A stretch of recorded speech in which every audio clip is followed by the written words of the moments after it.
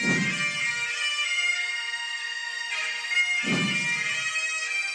to that piece of lieutenant that's always on his podcast, bash us, him.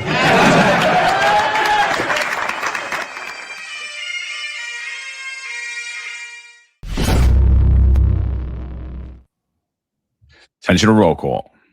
That's right. Good morning, everybody. 8:05 live Eastern time. And of course, it's Friday. It's your roundtable at the Finest Unfiltered. I think this week was a great week. We had Pat Brosnan on Wednesday. If you haven't seen that interview, great guest, full of charisma and great career. Definitely a cop's cop. With that being said, a lot of content going on in New York City, a lot of information we have to get out there.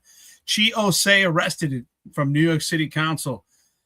Quite interesting. When we talk about that, we'll jump into that. And of course, at 9:05, we're going to have a surprise guest. You'll like that. This episode's going to be a banger for you. So, want everyone, New York City deep theft crisis going on. If you're aware of it or not, we'll jump into it. We'll bring you up to abreast, and we'll talk about it. John, good morning. John, let's jump right into it.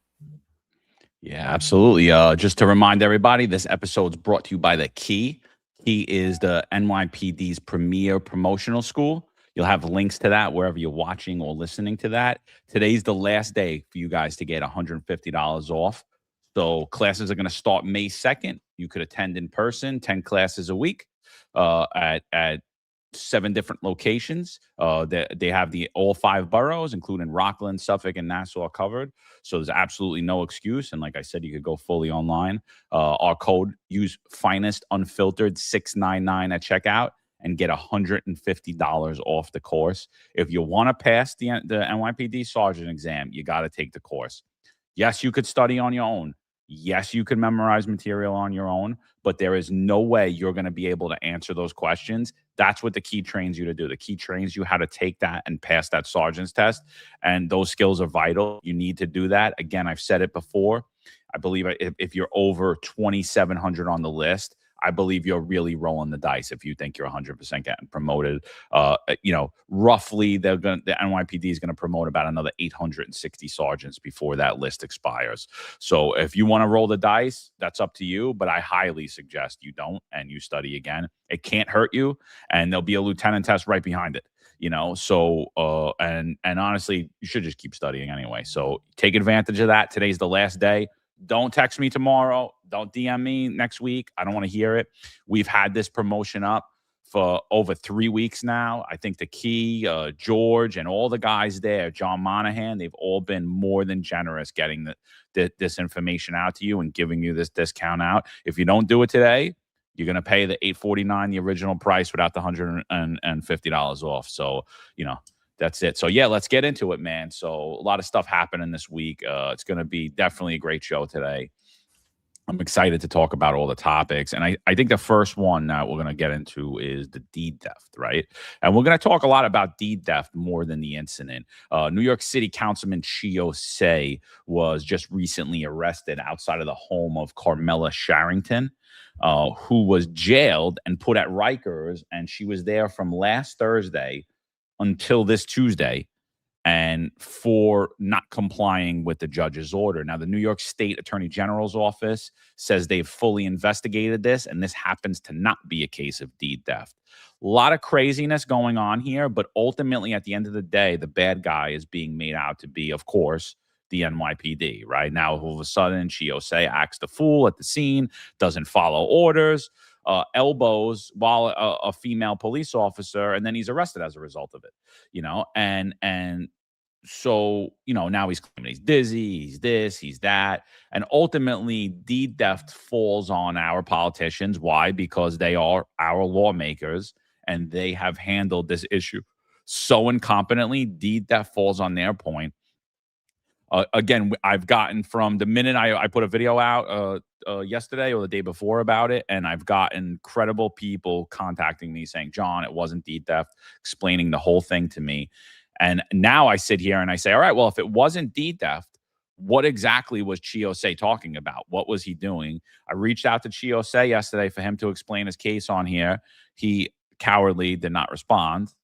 So I also called his office. He did not respond. So we gave him the chance of giving his voice. You're still welcome, Chi, to come on or even send a message about what happened. But a lot of people are saying this isn't deed theft. But regardless, the NYPD is being left to be the bad guy. So we're going to get into that more. What's up, brother? Yo, good morning, guys. Good morning, chat. Happy Friday. Yeah, so I'm curious what the objective here, if this wasn't actually deed theft. But keep in mind though, we're not like trying to downplay deed theft because that is an ongoing thing in the city. And I can tell you firsthand on my block that there was some of that going on. And eventually it got cleared up, and the family was notified, and they've come and taken possession of the house. So that is going on. But there's a statement out there from Letitia James' office saying that it wasn't deed theft, that it was it's kind of a battle between heirs of the property as to who has true ownership right now. So if that's the case, I'm wondering what was the actual goal here, and whether it was just grandstanding on Chi's part. I wish he had had the confidence to actually come on here and discuss it. It always confuses me how these guys, they go in front of a camera and they talk so confidently about whatever issue they claim to support. And by the way, I question also how deep his support is, even if it is deed theft, right? Because as soon as he was arrested, we saw the council speaker on Twitter saying that phone calls were made and that she is getting out there. So if you're not, my point is, if you want to stand for a cause and you don't care about getting arrested for that cause, then stand for the cause and get arrested and go through it.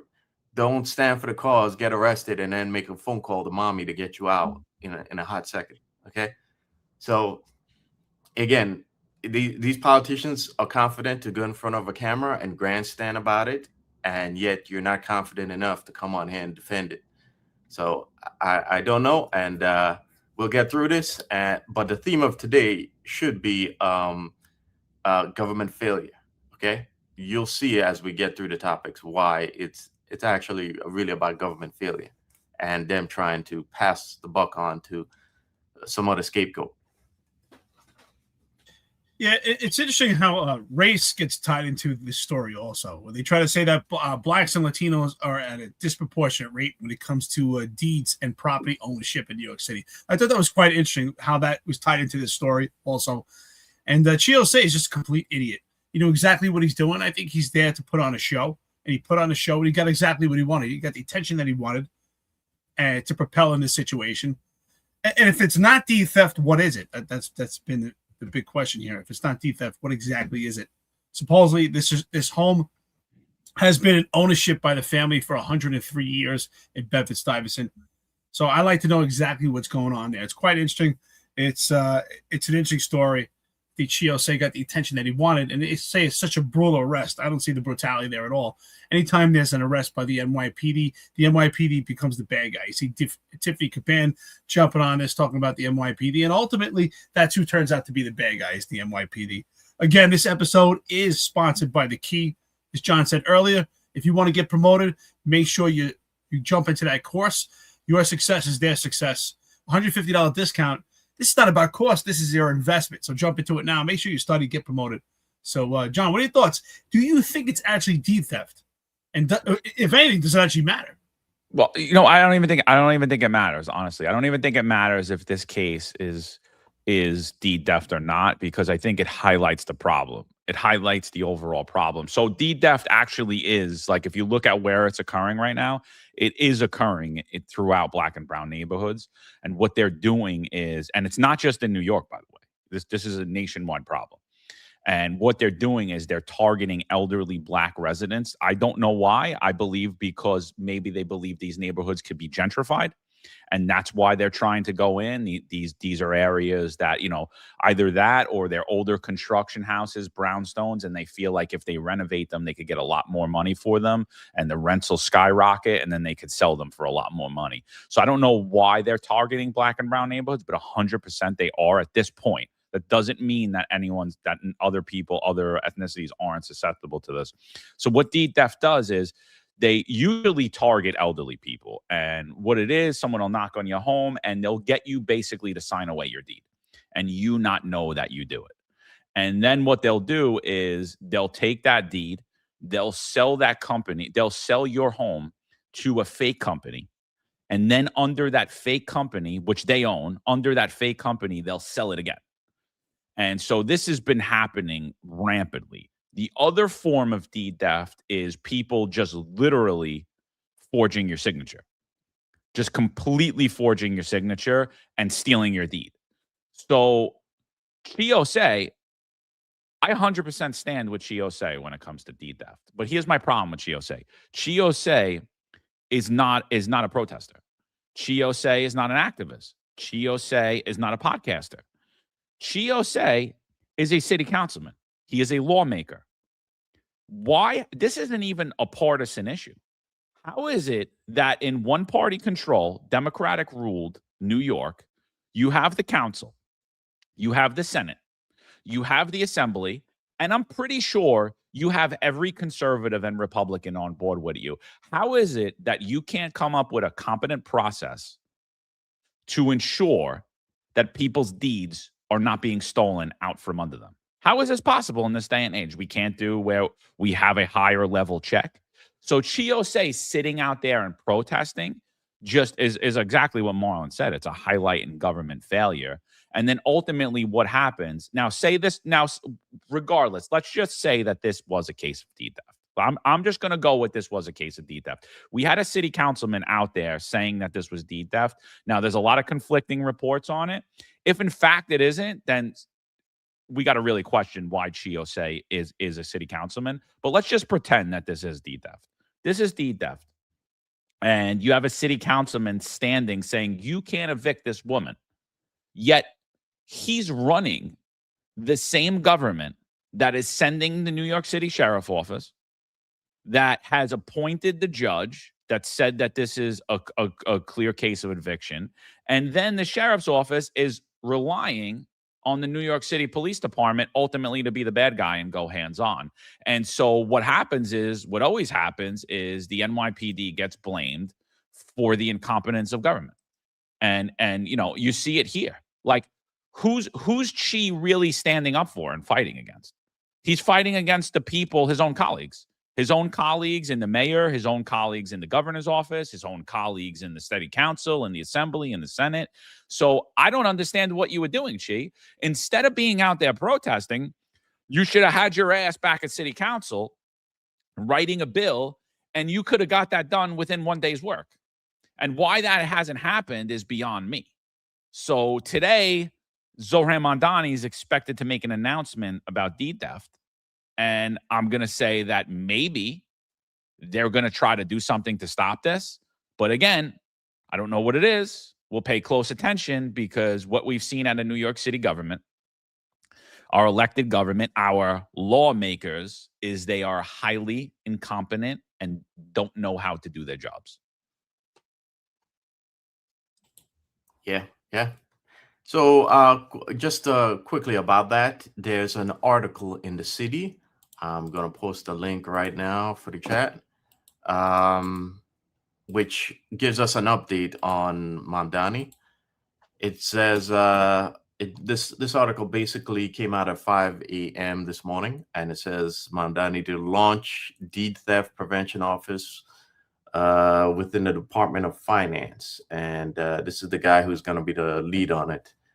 And, so he's going to spend hundreds of millions of dollars and not accomplish the goal. So yeah, pretty much. There's a lot of questions about this, like who's going to staff the office, how many lawyers are going to be on payroll. There's a statement in here about it, trying to bring in pro bono lawyers. and with a budget of $500,000 for the office in this current fiscal year and $1 million for the next year. But it's again, the article says that there's a lot of questions about how exactly they're going to go about it. But the article says the office will advance a 3-pronged strategy for addressing deed theft, catching it early, educating homeowners and the risks, and getting people's homes back.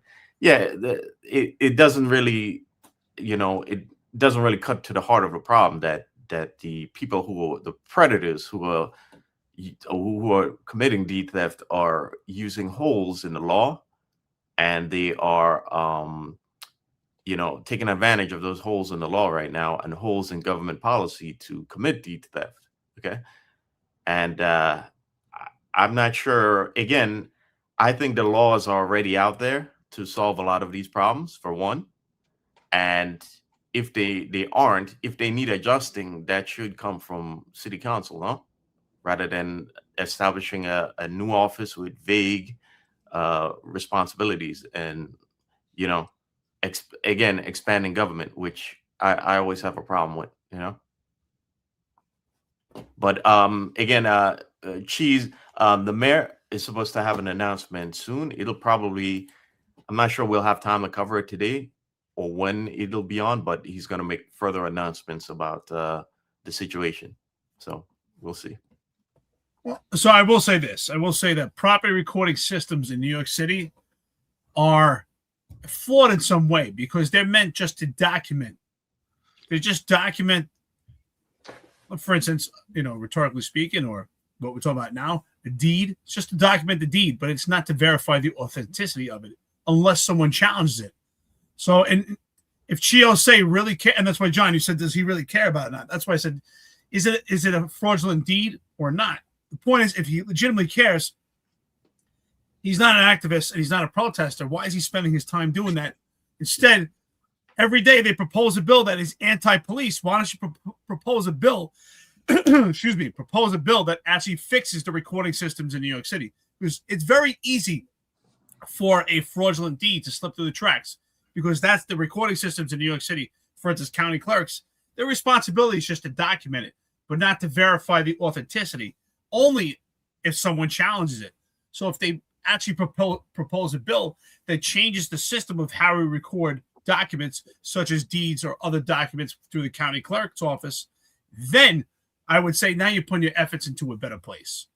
But of course, let's put on a show. Let's pretend we're protesting. Let's get arrested by the NYPD. Let's get a little money in our pocket. And instead, out of this whole thing that is supposed to be how to document deeds properly, there will be a new bill.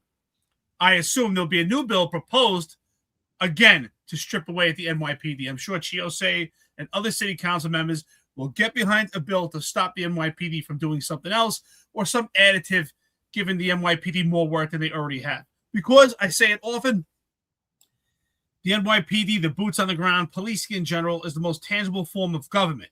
And that's how you attack the government, is through the NYPD. John, what are your thoughts? Well, one, I don't even think they need laws at all. I think they just need to revamp the system. Like, I'm pretty sure I could go through the system right now in 8 hours and figure out where the flaw is and where the gap is and figure out what we need to do identification-wise to correct that. I don't think this is hard at all. Like, I don't think this is hard work at all. How are these deeds being obtained? Figure out where that flaw is, and then put safeguards in place. I don't even think we need legislation, honestly. I think we just need to change the system. Chi Ossé had put a statement out, and his statement was, and let me get that back. His statement is, hold on, let me pull this up to the screen so you guys see it. His statement is, Councilmember Chi Ossé was arrested while defending his constituent, Carmela Sharrington, from eviction after 6 decades in her home. Black displacement is happening right now in Bed-Stuy, and Carmela is one of the many Black homeowners battling deed theft in Brooklyn.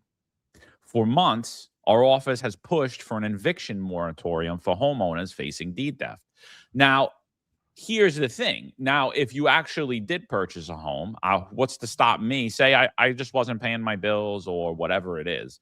What's to stop, or I just squatting? What's to say I just can't claim deed theft? And now there's a moratorium on eviction. Like, why do we need a moratorium on eviction? Why don't we put a moratorium on processing these really quick, like within one day, and figure out where these fails are and put the safeguards in place to stop this from happening? So he says, for months, our office has pushed for an eviction for moratorium for homeowners facing deed theft. These protections are the bare minimum, and families cannot wait any longer. Not another black homeowner should have their home stolen. Until deed theft ends, we will fight every single day. Again, I consistently ask this question, and I ask this from my elected officials.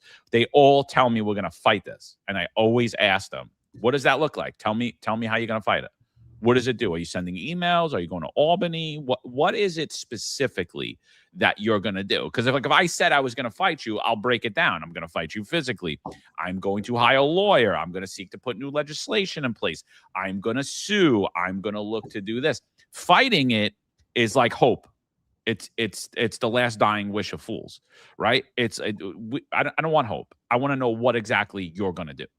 The council member is currently being held and whatever. And he was released. And like Marlon said, he even alluded to it. He goes, I'm being released because I'm a council member, but the other people are still in jail. And it's like, wait, why are you released? You went and fought this like a moron because you didn't do your job, Chi.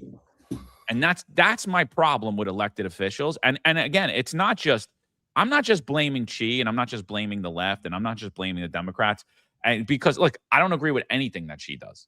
I don't agree with it. But I agree with this, and I'm damn sure that every Republican in city council and in the assembly and the Senate also agrees that nobody that legally owns their home should have their home stolen from them. And none of them have been able to competently enough explain this to the public and stop it from happening. This is a highlight and failure on why you do not elect children of privilege, morons who never held a job and can't competently do things. Again, I'm telling you, I'm not trying to pat myself on the back. I got an associate's degree. I wasn't a good student. I wasn't a good college student. My grammar is awful. My writing is awful. My spelling is awful. I could fix this in one day. This is disgusting, dude. And now you're going to create an office. What are you essentially doing, Zohran? It's more grift. You're creating more grift for your friends. And does that grift solve the problem of deed theft? No, it doesn't.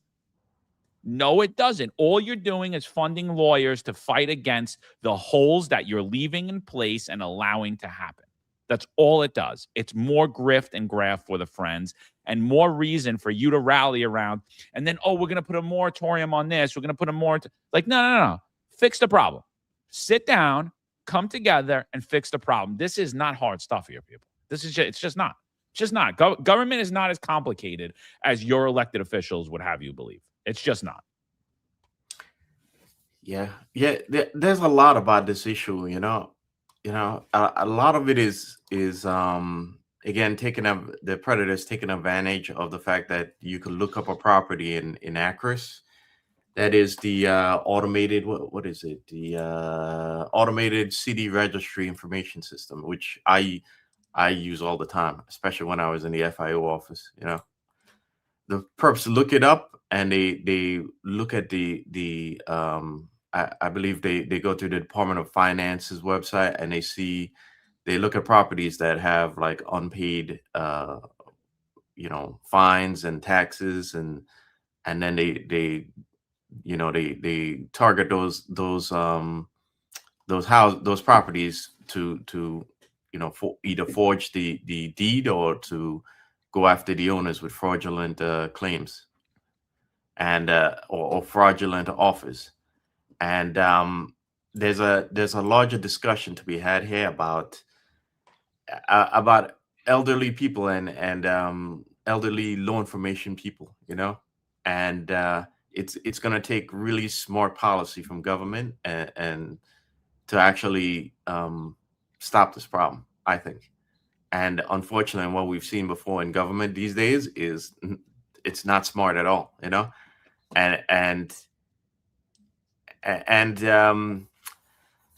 by the way, I'm going to post a link in the for you members of the chat, because there's something called the notice of recorded document, which will notify you if a deed has been taken out on your property, a deed or a mortgage or any sort of related documents have been taken out on your property. You get a notification via, I think you could get it via a letter, but I've set mine for email. So you should sign And you up for haven't that. told me, Mullen. I'm gonna do that. Like I'm 100% doing that. Like what is that?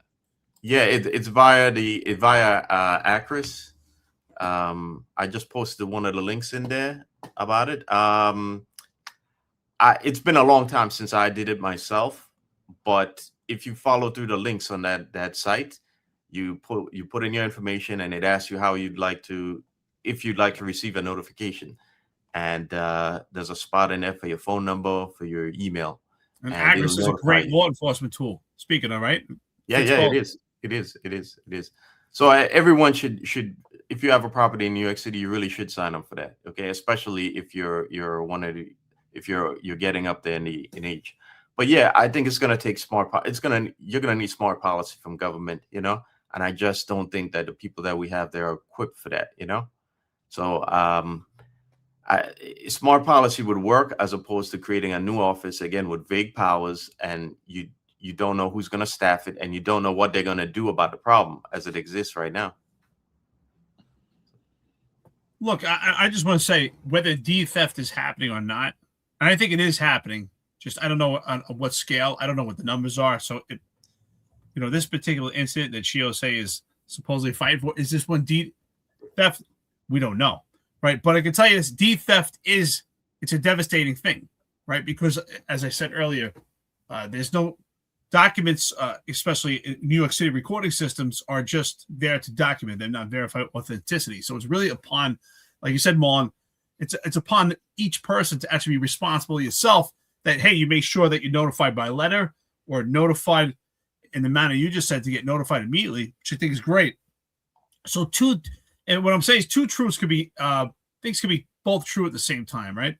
Deed theft is definitely devastating, but the police still have to enforce lawful orders and keep the law and maintain safety, right? This is the protesting is one thing, but when you're impeding on daily life and you're impeding pedestrian traffic, and these are now you're committing crimes and you're committing violations, and these things are supposed to be settled in court. And we always say, contact your local councilman, contact the politicians, right, to move the needle in New York City. That's what Chi Ossé should be doing. You should be in with the city council members, figuring out, and I agree, John, you don't need any additional laws, but what is on the books and what just needs to be changed to make sure that documents are getting enforced properly. I don't think you need additional laws. It's just the system is broken. It's a broken system. It's very antiquated, right? It's just there for documentation, and it's really upon you to verify the authenticity or challenge something if it becomes questionable. But the police have a responsibility to maintain order, and you're supposed to fight these things out in court. And that's really the ultimate thing, is to go to court, whether it's a civil court or criminal court, to fight these things out. And when it comes to this, we're talking about civil issues, right? This would be something that would be dealt with in civil issues to find out what's going on with your deed and maintain it. Obviously, if someone uses your deed fraudulently, now we've committed a crime. But ultimately, there has to be a better system in place of how we document things. I think that's a good start, Marlon, is making sure that you can get notified for it. But that's putting the onus on yourself and less on government. Really, it is your responsibility. I do agree. That is your responsibility. You have ownership of your home. It's your job to maintain knowledge about your deed, and you should be aware. And I get it. If you live, you have a home for 6 or some more decades, it's still your responsibility to check these things, maybe once a year, just as your credit report, right? We're responsible to check our credit reports. You can't just wake up one day in 5 years and find out someone's been using your credit and say, oh, I'm not aware. It's your responsibility to maintain and do an audit on your own things. I always check my credit, something people should do often. You should check your deed. You should check ownership. You should check your title on your car, things like that. But there should be a better system in place than just relying on recording systems. Well, to that, Eric, what I was saying before is that there's a larger issue here, and it's a social problem, right? The reason why I'm saying that is because, right, my parents, they're getting up there, and that's never going to happen to my parents. I can tell you that, because I'll be on it. And the Right. problem with a lot of these older people that it's happening to, they have, they may have disjointed family where there's no younger person in the family who's going to monitor that stuff. And that's a big social problem, and I don't know the exact solution to it, because in people in those cases, you're going to need government to come in and act as the younger family member to take care of them. And the problem is government is just not smart enough to do that efficiently. And so I don't know how we're gonna solve that problem. If we had a honest government and an efficient government, there would be people maybe in a district office, in a community, maybe in a community council or whatever, who will take note of all the elderly people in their community who have no one to take care of them. Now if you have a good community members would also watch out for that person. Like I have several older people in my neighborhood. Like I have a lady across the street who's a older lady. Whenever it snows, it's me and my neighbor who take care of the shoveling. But it's you need people in these neighborhoods to act on behalf of these older people to watch out for these things for them. And in a lot of neighborhoods you don't. And in that case, you're going to need government to do it. And again, government is inefficient. It's you have people looking for their crumbs and looking to take advantage of their position in government and not doing it. And they wouldn't do that. And unfortunately, we need them to do it in a case like this. So I don't know. This Long, is a tough one. That is a great point. It's a great point because our elderly are most susceptible to this. I think. Yeah. I don't know the numbers, but I would have to guess it's devastating when a deed is used fraudulently. I would assume that most of the victims are elderly. So that's my message to Chi Ossé, who should come on here and have a discussion about this. Is okay. The things that are in place right now. I'm not saying you have to adapt any laws, but maybe there could be some type of law for elderly, maybe 65 and older or 70 and older for senior citizens to have some type of oversight when it comes to the deeds. Because, Mon, you're looking out for your family. I look out for elderly in my family. John, I'm sure you do the same thing, our friends and listeners, but there are a lot of elderly that are kind of on their own. We saw that as cops. Unfortunately, sometimes I've went to homes before as a cop, elderly people, they're both suffering from dementia, the husband and wife. And I would say, like, where are the kids in this? Where are the kids? Like, where is the family to help them out? I mean, these people can't even survive on their own. So, Chi Ossé, why don't you put your efforts, instead of protesting outside one person's home, help out the elderly. Help out the elderly when it comes, because deed fraud, I think, is devastating. It really is. So then the other thing is, like, I watched a couple of different angles of that video, and I don't see a white shirt on scene there at all. I don't see a lieutenant.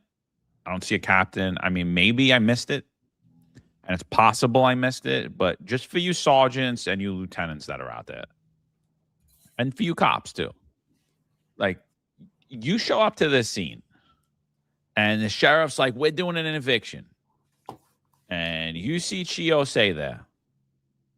It's time to make your borough earn their money. They've been warm. They've been warm all winter. They'll be cool all summer. But it's time. You're a rookie sergeant. You got 2 days on the job. You roll up to that scene. I'm bypassing the duty captain. I'm calling the borough. I'm calling operations. Look, I got a council member here. They're protesting. Sheriff's office want to do an eviction. This is not a good scene right here. Sheriff's not your boss. Miranda should have been removed 2 years ago. Another highlight in incompetence. We showed you. We brought you that city council testimony. Not only should he be removed, he should still be under criminal investigation today for that testimony, because we debunked his entire testimony here. Looked like perjury to me. Spot on, John. Looked like perjury, clear as day to me. So, but whatever. Whatever. We'll just ignore all of those news videos where they took money out of cash registers and him saying we don't take money. Whatever. So, but he's not your boss. That's what I'm saying. You got there. I don't care that Miranda was politically appointed. He's not your boss. Don't put yourself in that situation. Don't put yourself in the situation where you made the call. What you want to do is, when someone tells you to make the call, when someone tells you, yeah, you're going to go in and make the arrest. Yeah, what happened? I was ordered. Who are you ordered by? By the chief of the borough. The chief of Brooklyn North was on the scene, and he told me to do it. Okay. That's it. You followed a lawful order. That's it. It's that simple. Don't take this upon yourself as a sergeant or a lieutenant. You're not doing anybody a favor. You're not going to be a good guy. They're going to hang you out to dry. Here's Chi Ossé on his update on his arrest. I got arrested yesterday. Let's talk about it. I have a concussion as a result of the NYPD shoving me to the pavement, but I believe I will be okay. What is not okay is what led to yesterday's events. I showed up because I could not, in good faith, allow the displacement of a black family in my district. The marshal tried to execute an eviction warrant for my constituent, whose legal measures have not all been exhausted. The legal specifics of her case are for the courts, and she deserves her due process. But someone should not be evicted without us having all the answers. And the pattern that this case sits inside is real. Speculators targeting heirs in black neighborhoods, using legitimate looking paperwork to extract generational wealth from families who have lived in these homes for decades. Sometimes the perpetrators use illegal methods. Sometimes their methods are technically legal. In all cases, the practice is cruel and wrong, and everything that is legal isn't right or just. Look at the history of segregation or Jim Crow. Some are also using a more narrow definition of deed theft. My position yesterday wasn't to adjudicate. Rather, it was to make sure the people in the middle of this have a voice and that the system moves toward protecting them. And yesterday, I did that job. The NYPD's actions is its own story, and I will be filing a complaint. What you saw yesterday, that passion from our community, is what this crisis looks like when it reaches a breaking point. Deed theft is complex, and it's why we need immediate protections like an eviction moratorium and deed theft cases to protect homeowners in this race against time. It's also why we need investments for specialized units within district attorneys' offices to prosecute these crimes. We need Governor Kathy Hochul to work with us on this issue, to begin a dialogue about how we can use the unique power only she has to stop deed theft once and for all. I have seen enough black displacement in my life, and I refuse to abdicate my responsibility to ensure black families can remain in their homes. My powers as a city council member are limited. Let's end deed theft. So that's it. So you're obviously all gonna go down to CCRB. You're gonna get a lawsuit. The highest levels of government are gonna investigate you, because ultimately what's happening here is this problem is not being rectified at all.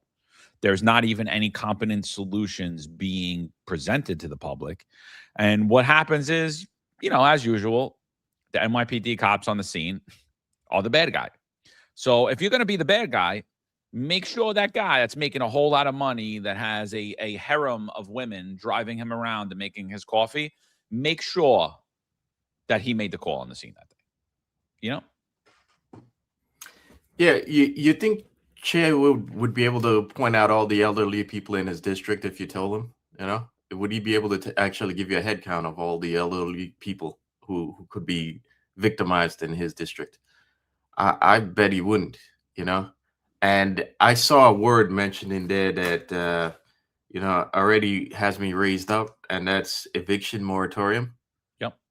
And, you have to wonder if that's what this is really about, because here's the thing, right? They don't like they don't like evictions in the city. And one of the reasons why they don't like evictions in the city is tied to the,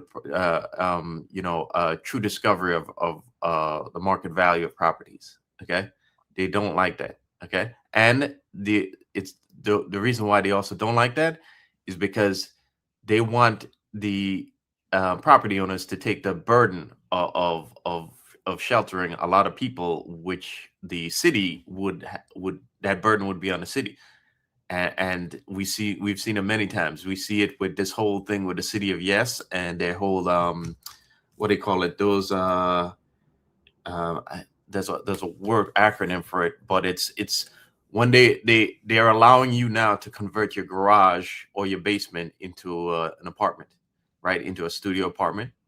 And that, I believe, again, is government trying to put the burden of sheltering and of housing on the regular people as well. They're encouraging people to build those and then to rent it out to somebody, and that it puts a burden on you, and it's going to destroy neighborhoods, and they don't want, the process is very hard. If you're a homeowner and you have a tenant who's stopped paying, the process is very, very hard to get them out.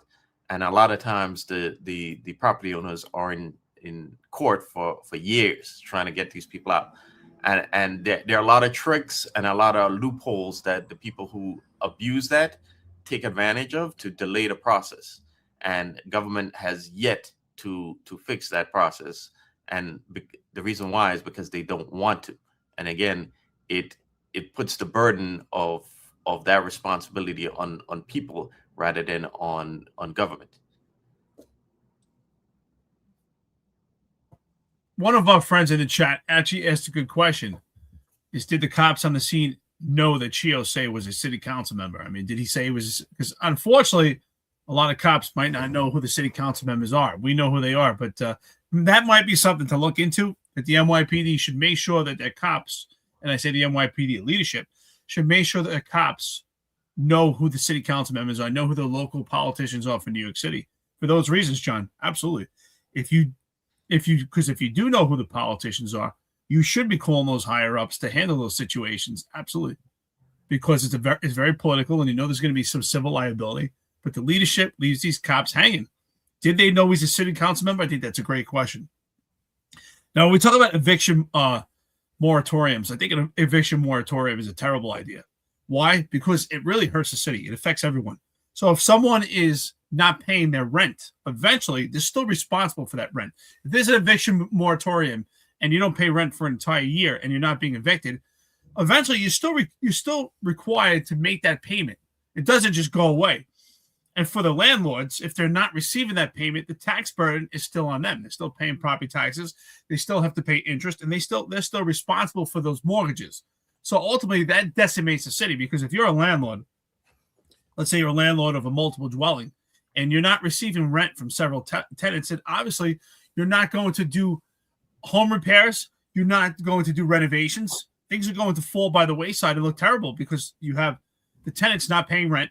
And now the landlords are responsible to pay that rent. So they're not going to make those repairs and not going to make those renovations that are necessary to make sure that it looks nice. That hurts real estate. That hurts the economy for the entire city. It's a terrible idea. I understand during a major crisis for a short period of time, such as COVID, which was totally misused and destroyed New York City. But if you want to use an idea of when it might be appropriate, it's for a major crisis. Now, as far as deed theft goes, Chi Ossé says this, the system is broken. Well, hey, that's what I've been trying to say, is you are a part of that system. It's your job to analyze why is that system broken and how do we fix it, instead of turning your focus towards the NYPD about what happened to you in your incident of being arrested. Why don't you look at why is this system broken? How do we get here, and how do we fix it so it doesn't happen to someone that you know, or it doesn't happen to someone elderly, instead of putting so much focus on the NYPD? Maybe if you weren't out there acting a fool and protesting in the middle of the street, impeding on lives, obstructing pedestrian traffic, instead, you should be looking at those systems that you're a part of and fixing them. Yeah.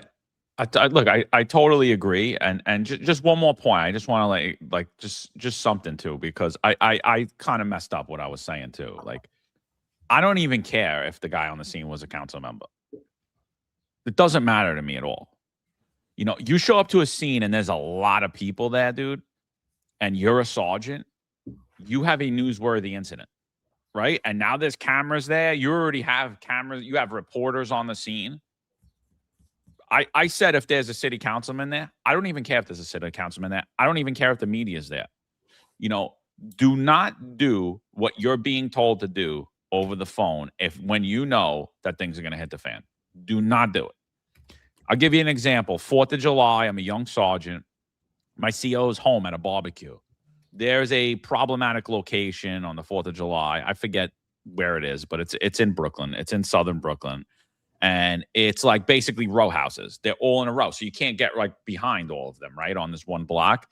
And they're just lighting fireworks off like maniacs. Ba, ba, ba, ba, ba, ba, ba, ba, ba, ba, ba.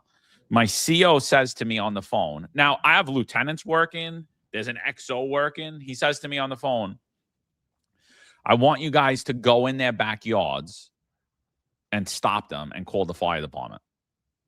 I'm like, there's hundreds of people out there. It'll be a riot. It would be a riot if I went in there. They're like, we're not shooting fireworks. Boom, boom, boom, boom, boom, boom. Right? The whole block's exploded. They're like, F you, this, that, the other thing. It's 4th of July. Why you guys breaking our balls? Blah, blah, blah, blah. Boom, boom, boom, boom, boom. So I'm like, boss, there's no way for us to get back there. I'm not going through somebody's house. There's nothing we could do. I can't get around to the other side of it. There's nothing we could do. When the FD is not going to rush in and go through the house. It's ridiculous. And he's like, no, I want you guys to go through that house and lock them up and stop them from lighting these fireworks. I was like, okay. I was like, I will wait for you here. Are you leaving? Where are you? You're in Staten Island or you're in Jersey? And he just hung up the phone on me. And then so the lieutenant was there and I told him, I was like, he wants us to go through the house. He's like, we're leaving, you know? And then we left. Could you imagine if we didn't leave? Dude, we're all getting sued. God knows what happens in that scenario. And what happened ultimately? Nothing. They shot their fireworks off. They left. No complaints, no lawsuits. Nobody got hurt. No unnecessary arrests. So it doesn't matter if there's a councilman there or if there's news cameras on scene. If there is a big problem that people want rectified right then and there, make these chiefs earn their money. Make sure you call the borough. Make sure you have at least a duty captain on scene before you do something. Yeah. So quickly, what I was talking about was this thing called an ancillary dwelling unit. So you're now allowed to do this in your property, right? And again, it's not good for single family zoned areas like mine, you know. So, but what I was talking about before is that if the city were to allow all these evictions to go through, look at how many are pending right now. 1,100,000 are pending, right? If all of these were to go through right now, how would that affect the rental market right now? Well, it would open it up a lot, and it would lower the average price of a rentals by a lot, right? But it would also lower the values of commercial property real estate, right? Because again, when you supply and demand, you have a larger supply now in the market, right? And it's gonna drive the price down and drive the values down. And the problem with that is that a lot of these values are connected to commercial mortgage securities on Wall Street. So it would cause a cascading effect, you know, and it would also affect property tax revenue, by the way. And this is something that the city doesn't want to happen, right? The city, I've been talking for a while about commercial property real estate and how the cities, not just New York, but a lot of cities have been trying to obfuscate that for a while because the cities depend upon commercial tax revenue, commercial property tax revenue to stay afloat.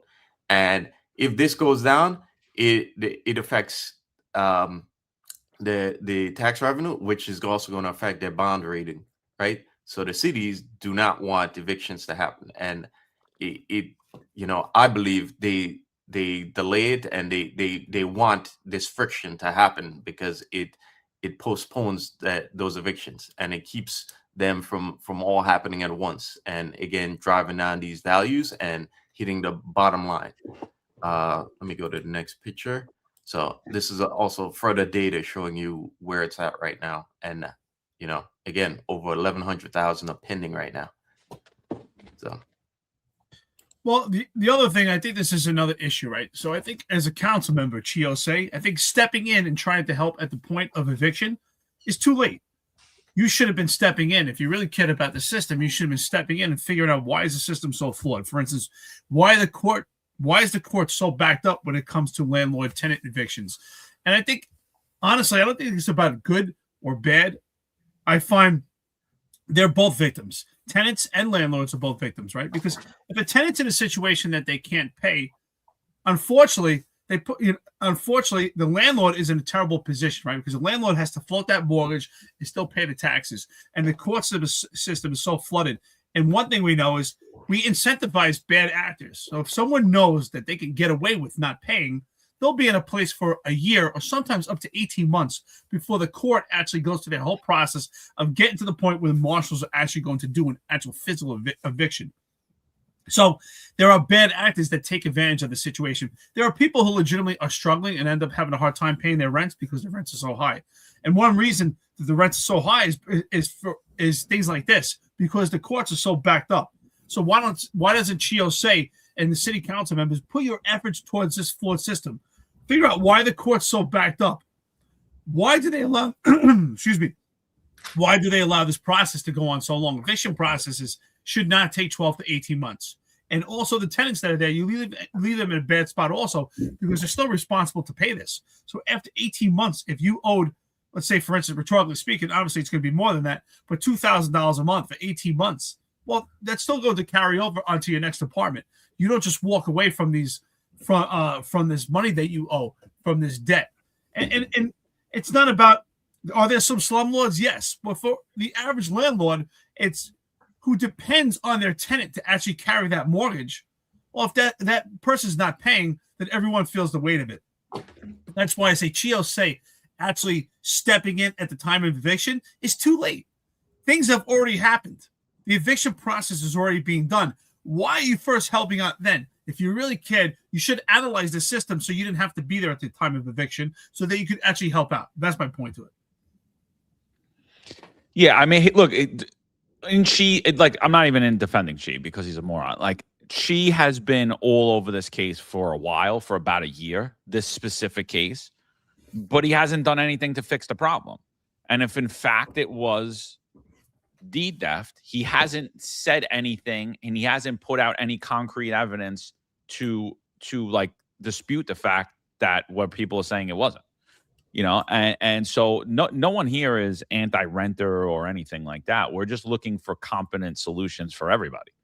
Competent solutions for renters, competent solutions for owners, and competent solutions for when a deed is passed through. I'm like, this isn't hard. Nobody today in America should have their house stolen. But again, if you look at, the incompetencies of even our election system, I mean, you got to say, like, none of this should come as a shock to anybody. Our elected officials, our lawmakers have proven themselves to be incompetent. This is what happens when you elect the most incompetent among us. This is just what it is. We're going to switch on to the next topic. But before we do, just want to remind you, this episode is brought to you by The Key. Key is the NYPD's premier promotional school.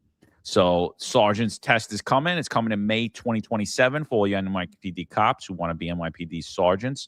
Make sure you go over The Key. Link is wherever you're watching or listening to this episode. Use our code Unfiltered 699 at checkout, and you'll get $150 off. Classes are starting on May 2nd. This is it. Today's the last day, people. So this code's going away after today. So make sure you get in. If you want to be an NYPD sergeant, there's absolutely no excuse. Make the investment in both your money and your time. So, hey, John, before we bring on our guest, and of course this episode is sponsored by The Key, I just want to say this. So one of our friends and listeners, Vic, says we should have more rent control in New York City. Now, I'm opposed to that. I don't think that's a good idea. I think that hurts the housing market. I think if everyone was under rent control, that destroys the housing market in New York City. It actually hurts the supply and demand. And what happens is there's no more supply, and actually will affect things even more. And if they remove that rent control, things just completely skyrocket. Now, should there be ceilings on how much the rent could increase? Yes, I understand that. Sometimes the rent increases by some of these landlords is out of control. But should we have an entire rent control? I would say absolutely not. I'm completely opposed to that. It destroys the housing market. No, I agree. I'm not a big fan of government intervening in anything. Especially when they can't properly stop people from getting their home stolen. I mean, that's a big problem there. So, all right. So I'm going to before we bring up our guest today is going to be JK Trotter. He's the associate editor of Street Blog. He had an article that went viral yesterday, and it was about an NYPD cop whose registered vehicle had 547, if I'm not mistaken, 547 red light or speeding summons from cameras. right? From cameras, from camera lights on Staten Island. He's a cop on Staten Island. He works on Staten Island. This was the video that came out yesterday. And then we'll discuss it. We'll bring our guests up and discuss it. There is a pickup truck on Staten Island that's racked up $36,000 in speeding tickets in the last 4 years. That truck belongs to an NYPD police officer. He's the second worst speeder in the entire city. Today, we're taking the ferry over to his precinct to ask him a few questions. Hey, we are trying to get in touch with a cop named James Giovansanti. Do you know if he works here? Yeah, he's not in right now. You can't record in here. Oh, okay. Oh, okay. Could you give this to him? What is that for? We're trying to get an interview with him for a story. I'm not going to see him, so I don't want to. We just got out of the police precinct here in St. George on Staten Island. The cop that we were looking for was not there, so we are about to hop on a bus and knock on his door. We can't answer the door right now, but if you'd like to leave a message, you can do that now. Hi, I'm looking for James Giovansanti. Nobody came to the door, so I left a letter with my contact information. Then we waited for a few minutes, and sure enough, someone came to collect the letter. Get away from my house before I call the cops. Right now, get out of here. I am calling the cops on you. For what? Get away from my house. Do not step on my property or you will be arrested. New York City drivers kill someone every 35 hours. Last year, most of their victims were pedestrians, whose odds of dying dramatically increase if the driver is speeding. Hello? Hi, is this James? Hello? Is this James Giovansanti? My name is JK Trotter, and I'm a reporter at Streets Blog. I'm trying to get in touch with you. He hung up. All right, so that was the video that was in correlation to that article, and then JK Trotter reached out. He said he wanted to come on and discuss it. So I'd like to welcome to the stage JK Trotter, associate editor, Streets Blog. JK, how are you? I'm good. How are you doing? Yeah, well, we were, we were just going to get into this. We were going to discuss it anyway. So I was kind of like, wow, I was like, a lot of people, some people like to listen. A lot of people don't like to come on. So I was happy that you want to come on because I have a lot of thoughts on this. I'm sure Eric and Marlon do as well. So if you just want to do an introduction, or if you want to like walk us through it first before we start discussing our issues with it. I mean, I'll be honest with you. The first issue that I take with it is going to the officer's home and then putting it on camera. We know where he works. And for all of you journalists out there, the reason that I have this problem is being a retired NYPD cop, knowing the fear I have going home, especially when I lived and worked on Staten Island, of that the perpetrators or suspects that I arrested, knowing where my wife and my children lay their head and my family lay their head. So I'm not saying not to do your job. You have a job to do. You guys are reporters. But if you know where the guy's showing up every day, you don't really need to go to his house, in my opinion. And if you do, it doesn't really need to be on camera with the face of his house where it looks. It's very dangerous for cops. And honestly, when I saw that, I was a little mad. I was going to tweet something and I didn't. But yeah, if you could just walk us through your article, appreciate it. Sure. So a couple months ago, a nonprofit group called Transportation Alternatives published a list of the worst speeders in the city based on lifetime tickets accumulated through the end of last year. And we began to examine those records and see what, if we could figure out who they were. And this was a pretty complicated process. It involved sort of staking out a lot of vehicles. It involved analyzing the data to see where these drivers were most likely where and when they were most likely to speed. So not only the location, but the exact time of day. And this cop in particular, or this driver in particular, we knew that he was speeding, especially around 11 p.m. on the North Shore at several different intersections. So through that process, we figured out who he was and cross-referenced that, got confirmation from other public records. And then we began to try to get in touch with him. And it was through that process that we visited his house. It's through that process, that we reached out to the NYPD, tried to get comments from everyone. And I think we went, above and beyond in terms of trying to obtain his side of the story. A lot of people, since the story came out, have said, well, you don't know that he was there every time. Someone else could have been driving it. You don't know the exact speed he was going, and all these various criticisms. And I think the question of what we can know from camera tickets is a good one. But yeah, we really tried to get his side of the story in terms of anything that might mitigate or exonerate his speeding tickets, and he did not want to respond to us. Neither did the NYPD. JJ, I want to thank you for coming on here today. I give you a lot of credit for coming on here, where a lot of people actually avoid real conversations. And I often say opposition meets opportunity. And obviously, I'm in opposition to some of the methods here, and I understand it. My question is this: is ultimately this effort about public safety, or is this to put a cop in the limelight? Because we're talking about the number 2 speeder. Did you put as much effort into the number 1 person who had the same amount of violations? And that's ultimately my question. We are actively in pursuit of the number 1 speeder. So I will, for that specific question, I can only tell you to sort of give us some more time and to wait and see. But to your question of whether this is to go after a cop, I mean, I don't think our websites or myself in particular are anti-cop. I think it's better. I think the lens through which we approach this is that we are more anti-car, and to that end, we were. This was the only driver that we found for, as you mentioned, he's the second worst speeder, but he's also a police officer who is theoretically in charge of enforcing traffic tickets or traffic laws. So yeah,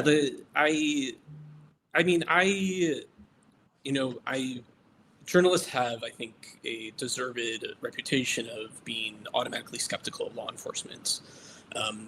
And I share some of that, skepticism, in part because I'm skeptical of lots of institutions that have power. And I think there's a certain healthy skepticism toward all of that. But I wouldn't consider myself particularly anti-cop. I mean, I used to work as a 911 operator. I've worked closely with cops in a professional context. I don't consider them to be these, supernaturally evil people. And that's part of why we were tried to be so diligent in trying to get his side of the story. And we explicitly asked him, is there anything that mitigates this? Is there any reason, maybe he had a sick relative that needed something like that. So yeah, I think it's not so much about him being a cop, but I think the contrast between, his behavior and the fact that we depend on the police to enforce traffic laws. Mullen, you got any questions? Mike's off, bro. He's muted already. I have tons of questions, but I'll keep the floor open for now so we can hear more about the article and the data. All right, so JK, he is a couple of things, right? One, I own a pickup truck, and it sounds like your article is a little biased about the Ram pickup truck which I own. So I wasn't a fan of that. I owned it. I've had a Ram for a while. Okay. But here's the thing. I think when we talk about definitions, I do think when the way that the officer's being portrayed is not fair. So one, as a police officer, no cop is really going to comment. We're not allowed to comment. He's going to tell you to contact the Deputy Commissioner of Public Information. So he's not going to do it. Secondly, he's entitled to not answer and to not incriminate himself under the Fifth Amendment like everybody else. Like that, this is what it is. So I understand you doing your job and asking, but expecting to get an answer, it's highly unlikely that the cop would say anything to you ever. Any cop in any situation, whether it was civil or it was criminal. In this case, I don't think it's either of that. He's the most reckless speeder. Well, I know one thing. I know he pays his registration. I know he pays his insurance because he's able to get captured on those videos. He's not using a plate blocker. and he's paying all of those summonses. So when I look at it and I see that there's people on both sides saying this is ridiculous, no cop should ever get 547 summonses. And I agree, 547 summonses is egregious. But in my take of it, I think it's fiscally insane for him to be paying all of this money for this registered vehicle.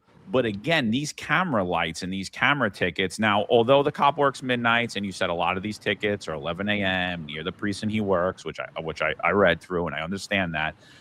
We're not really saying that he ran those lights. We can't put him there. Paying those fines is not an admission of guilt on his part. That could have easily been his wife, his girlfriend, his mother, maybe their speed racer. We can't say that, in fact, that he is the most dangerous speeder in New York City. And the other thing I'll say is I've gotten summonses for these camera lights. Most of them were my wife driving one of my vehicles registered to me.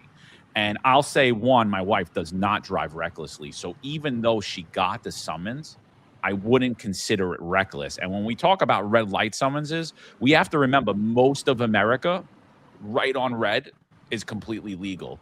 And, you know, if you're driving late at night on Staten Island when there's not a lot of cars, although I think it's fiscally irresponsible, I don't believe this cop is very dangerous. And at the same point, there is nothing in NYPD policy stopping him from doing this. I could go to work every day and park illegally and get a summons every day, and so could every other American.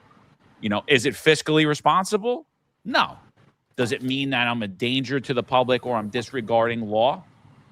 I mean, I think that's up for debate. So those are some of my points. So like, you know, I know why your article went viral. 547 summonses from a cop. Like, what are your thoughts around all of that? As in terms of like whether or not he's like a true danger to society. Do you believe that it's very dangerous, and what do you believe should happen in this case?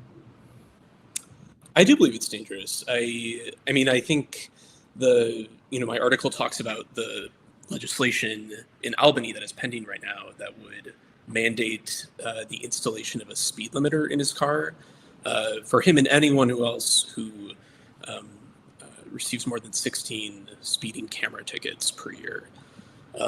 That is, I think, a good place to start. I think if you have more than 16 speeding tickets in a year, that I think probably need a physical device in your car that prevents you from speeding.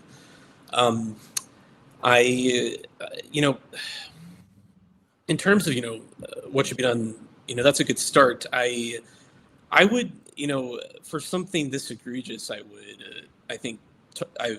my policy preference would be license suspension.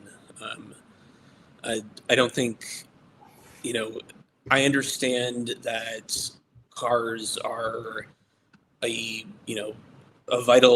tool for a lot of people, or a lot of people consider them a vital tool, but they're still not some sort of natural right granted by God. And they can be easily, misused and place other people in danger. So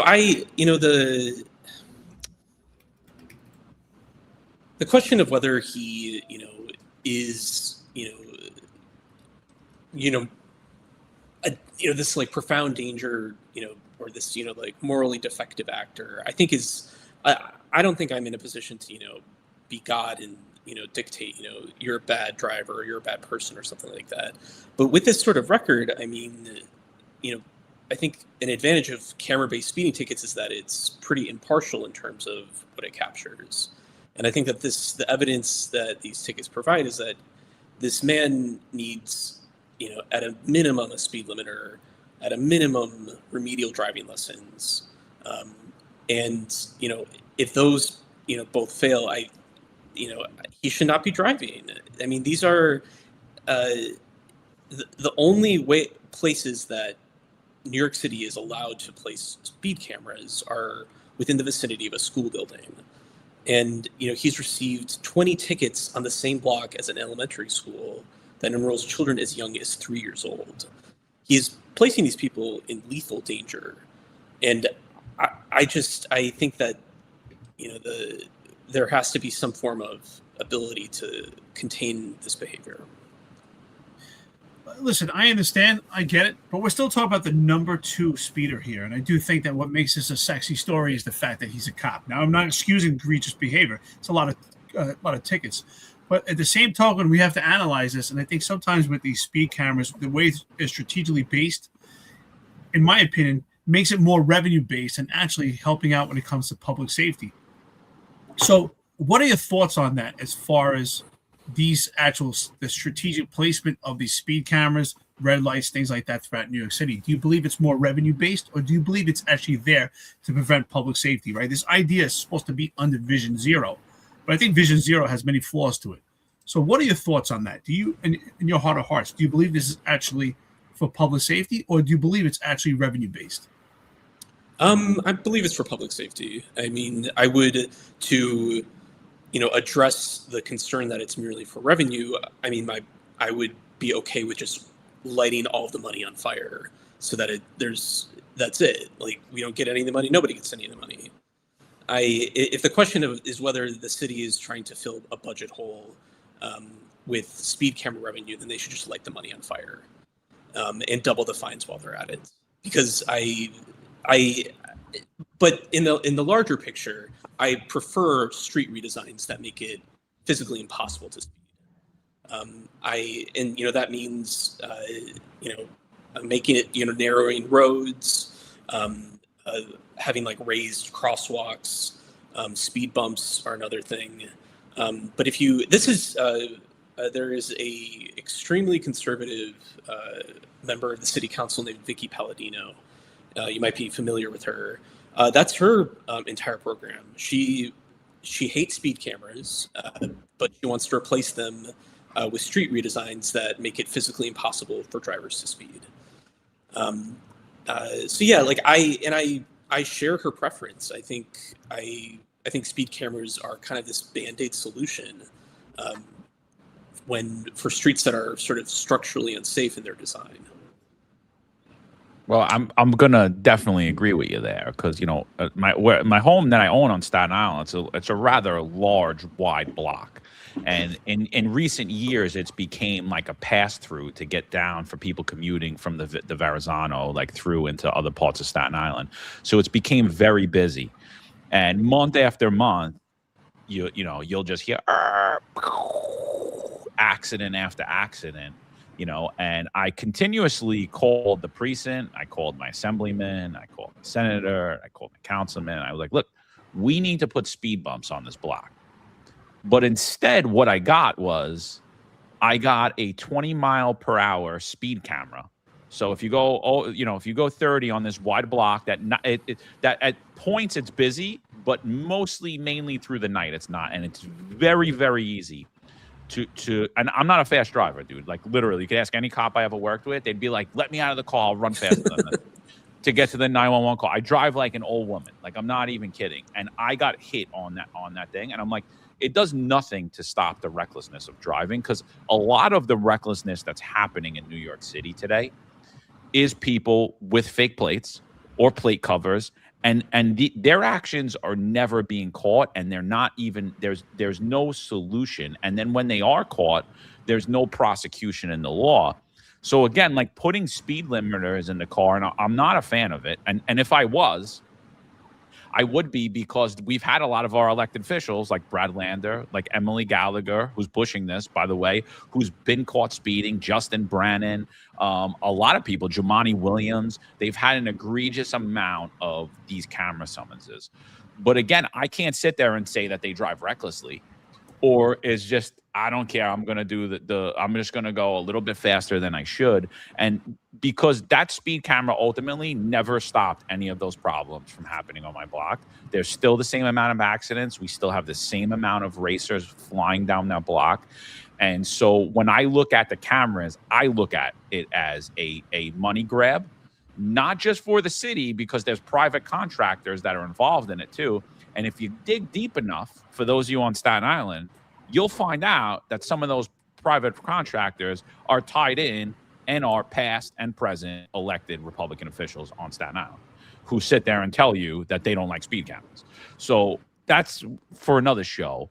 But I agree with you. If it's about safety, why aren't we putting speed bumps in when it matters? Why are we putting these speed cameras in? And again, I just take issue with the fact that we're labeling him. Now, obviously, that vehicle was traveling, but as per those camera lights, you know, which, by the way, in a lot of places have been deemed unconstitutional for this fact, because I never have to admit guilt. Now, could you say, yeah, it's reasonable that at 11 o'clock at night, right before his tour in Staten Island in the 120, that he's getting the camera there, that's him driving? It's reasonable to say, but that doesn't mean that it wasn't his mother dropping him off or his girlfriend dropping him off. And you know, for someone, if you have a lot of kids and all the cars are registered in your name, to say you're going to limit me to 16 camera lights a year when I think a lot of these cameras are really insane. Some of them even 10 miles an hour at late at night or when schools aren't even happening. I think it's unfair. I think it's you're really delving into really more of this watch down tyrannical society than I would like to see. Now, now obviously, you know, nothing happens to anyone else that does this. So if it was a cop that was doing it or a civilian member, I don't think it changes. I don't think it changes at all. Like, it's, as of right now, it's perfectly legal for you to park a million times, get a million parking summonses, or go through every camera red light you want to, or even speed camera. And there's nothing that can be done to you because of those constitutional issues. Do you see any way to work around that? Because again, I believe like, we're labeling him as he's this speeder, he's this reckless driver, when really by the law, we can't even say that it was him in the car. You're asking me, is there a way to get around the constitutional issues concerning the identity of the driver in camera? Well, I mean, as far as these cameras are concerned, because I think ultimately the real solution is, if we want people slow by school zones, then and on blocks that are problematic, speed bumps are more of the answer than the camera ever is. And again, I think again, fiscally for that household where that car's registered, it's registered under him. I think it's really egregious. But to sit there and say that it's dangerous, I don't know. Like, was there any? Here's the thing: were there any 911 calls made about this officer and his vehicle driving the car recklessly? And if so, how many? Were there any times that, you know, he was in any accidents? And if so, how many? Before I'm going to sit there and say that somebody's reckless, I want to know all of those facts. You know, and do you know any of that? Was he involved in any accidents, or had he had any 911 calls to that truck saying that in fact he was driving recklessly, and people calling up in concern? I don't think we did ask him, have you been in any collisions in this car? He didn't respond, but as to your point, he may not be able to respond and went through DCPI. We don't know if there's been any specific accidents to it, but we note in the story that the right side of his truck appears to be damaged, and he, you know, didn't answer questions about whether he's been in a collision. Statistically, it is highly likely that he has already been in a collision, and has possibly injured someone. Do we know that for a fact? No, and we don't say that. We describe the limits of our knowledge in the article.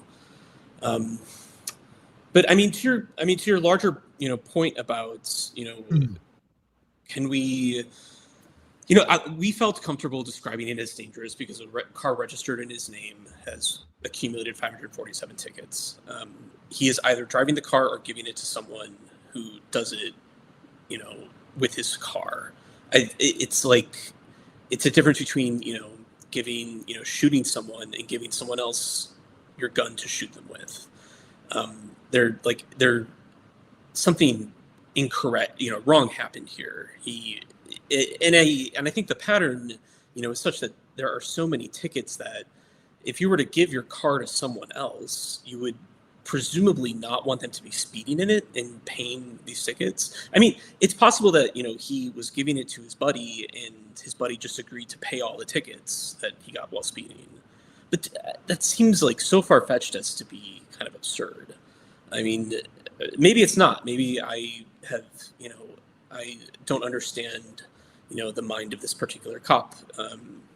Maybe he thinks in different ways. But I mean, to your larger point, yeah, like, I think, you know, like I said, traffic cameras are a band-aid solution, and I think like I vastly prefer hardened physical infrastructure that prevents you from speeding in the first place. That's the biggest issue, with these speed cameras. They don't prevent the thing that they're trying to prevent, in the moment at least. They obviously disincentivize it and discourage it, but a ticket is always after the fact. It's not preventative. Well, that's why I have to be honest. I think that this emphasis on this investigation reporting is focused, in my opinion, based on my observations and what I've read and what you're saying right now, is about him being a cop as the driver, not ultimately about this system of speeding tickets and about people actually being public safety risk, because you've been focusing on him itself as a cop. And I think that's why him being number 2 is so important. And we haven't heard about number 1. How many tickets has number 1 gotten? How many tickets has number 3 gotten? What makes them exemplified even more? Something that haven't heard yet. That's why I believe the emphasis is on him being a cop. And I believe that's what makes this story sexy, is the fact that he's a cop. Now, I get it. As a cop, you're held to a higher standard. I understand it. But ultimately, what it shows is this conversation shows it's a flawed system, because we can never actually and we need definitive proof, right? Proof is very important. And proof is also part of investigating, which is why you can't even say it, is that he's in fact the driver. Now, I'm not excusing it. My wife was taking a car and she's racking up 200 some more tickets. There's an issue. So I'm curious also in this investigation, have you contacted DOT, and has there been any type of testing on these cameras to determine if they're accurate? Like, what's the level? Like, for instance, radar, right? When it comes to highway, there's always a plus or minus, and these things are often tested. So is there a test to determine that these speed cameras are correct? And what is the speed? Is it 20 miles over the speed limit? Is it 5 miles? Because we know most of the streets are 25 miles an hour. What is that speed that's considered excessive to where a ticket is actually applied for a speeding ticket? Is it 1 mile over that you automatically get a speeding ticket? Is it 2 miles over? What is the threshold? If you could answer these questions. Yeah, we did too. I'll go through your questions. We did not reach out to DOT about the accuracy of the speed cameras. I'm not entirely sure about the protocol for testing the sort of accuracy of them, but my understanding is that each sort of ticket that you get, they send you a photo, and you have an opportunity to contest it. So I would assume that that's part of the verification process. But that's a good question. I'm not entirely sure, what the system is for ensuring that these tickets or that the cameras are accurately recording them, other than the ability of the driver to contest it individually with the photos. And then about the speed limit threshold, it's, obviously speeds vary on different roads, but the threshold is at least or more than 10. So I think the threshold is 11. So if for like a 25, you get a ticket at 36 or above. Yeah. So and JK, I'll just for those of you on Streets blog that are watching, I'll just give you a little hint. If I was you guys, I would look at the problem starts at the top. And I think that ultimately accountability starts at the top. And when you look at the mayor's detail, when you look at his appointed agency heads, when you look at those department vehicles in all of these city agencies, if you looked up the amount of parking tickets and speed cameras and red light tickets, this guy's going to look like a saint. And what they do is they shuffle these cars around every few months, or they shuffle the plates around every few months, so they're being held so it can't be tied back to the head of the agency or the top heads of those agencies. And you would see real egregious things happening. So, I mean, if safety is the concern, there's a lot to go around. And I think when there's no accountability at the top, it kind of starts to trickle down. And I think that's definitely something that I've noticed recently, that it's not just the people with the fake plates, it's the people with the city cars that are doing this too. And look, I don't want to see anybody get run over. I don't want kids to be in danger. And that's not the point of me talking about this.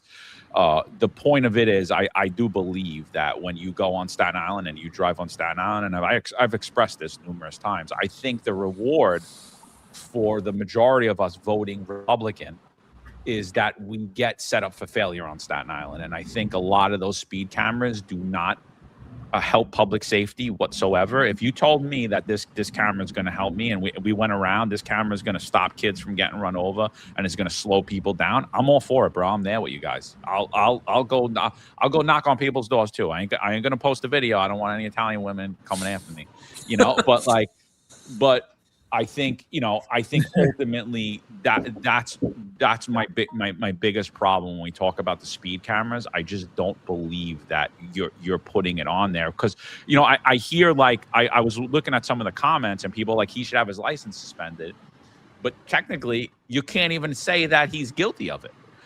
By law, you can't really say, and that's why he's not getting any points on his license. That's why his license isn't getting suspended as a result of it. And the speed limiter thing again, I guess you could assign it to the responsibility. Well, the car is registered to you. I do think the amount of summonses is egregious. Like I said, I think the financial end of it, but unless that is tied in with accidents and complaints about him aggressively driving, I don't know that paints the entire picture. And I'm going to say right off the bat, I don't think that he's one of the most reckless speeders in New York City, because I watch videos every day and I'll gladly share them with you of people, of people just completely running around the city, fake plates, racing, these car meetovers. And a lot of the deliveristas I see on these mopeds consistently, no registration, no plates. They're violating every traffic rule there is, and a lot of and people on the bikes too. And so I'm not sitting there and saying he's a danger to someone. I am saying I think he needs to smarten up, and that it should stop because of all the tension he has brought into the police department himself, and all of the amount of money that he spent that could have been properly invested in something else instead of generating tax revenue for New York City. What comments have you? What comments have you heard, in this time of investigating this? What are people saying to you that should happen to the cop? What should the NYPD do as a result of this? What should other agencies do as a result of this? Because I always say the NYPD always gets the raw end of the stick, especially with Gersh Kuntzman. I say it all the time publicly. I believe he goes right for he'll pass everybody else that's parked illegally and go right for the NYPD plaque.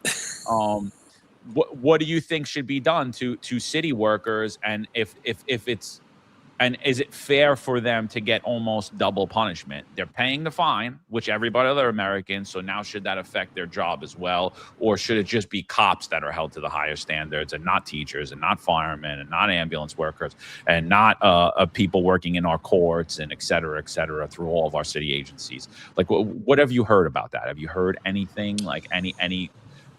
I think people just think it should add points to his license, and that in the same way that a ticket written by a cop on the side of the road would add a point to your license. I know that I understand that the law currently prevents that from happening, but we can change the law, and so that a person is culpable for any vehicles registered in their name or whatever driving happens in their name. But yeah, in terms of what I'm hearing, I mean, I don't think anyone wants this guy to be executed or anything like that. But I think part of the reason why why some people are asking the NYPD to intervene is precisely because as we've all been saying, cops are held to a higher standard, and we rely on them to enforce the law, especially traffic laws. And so it creates this,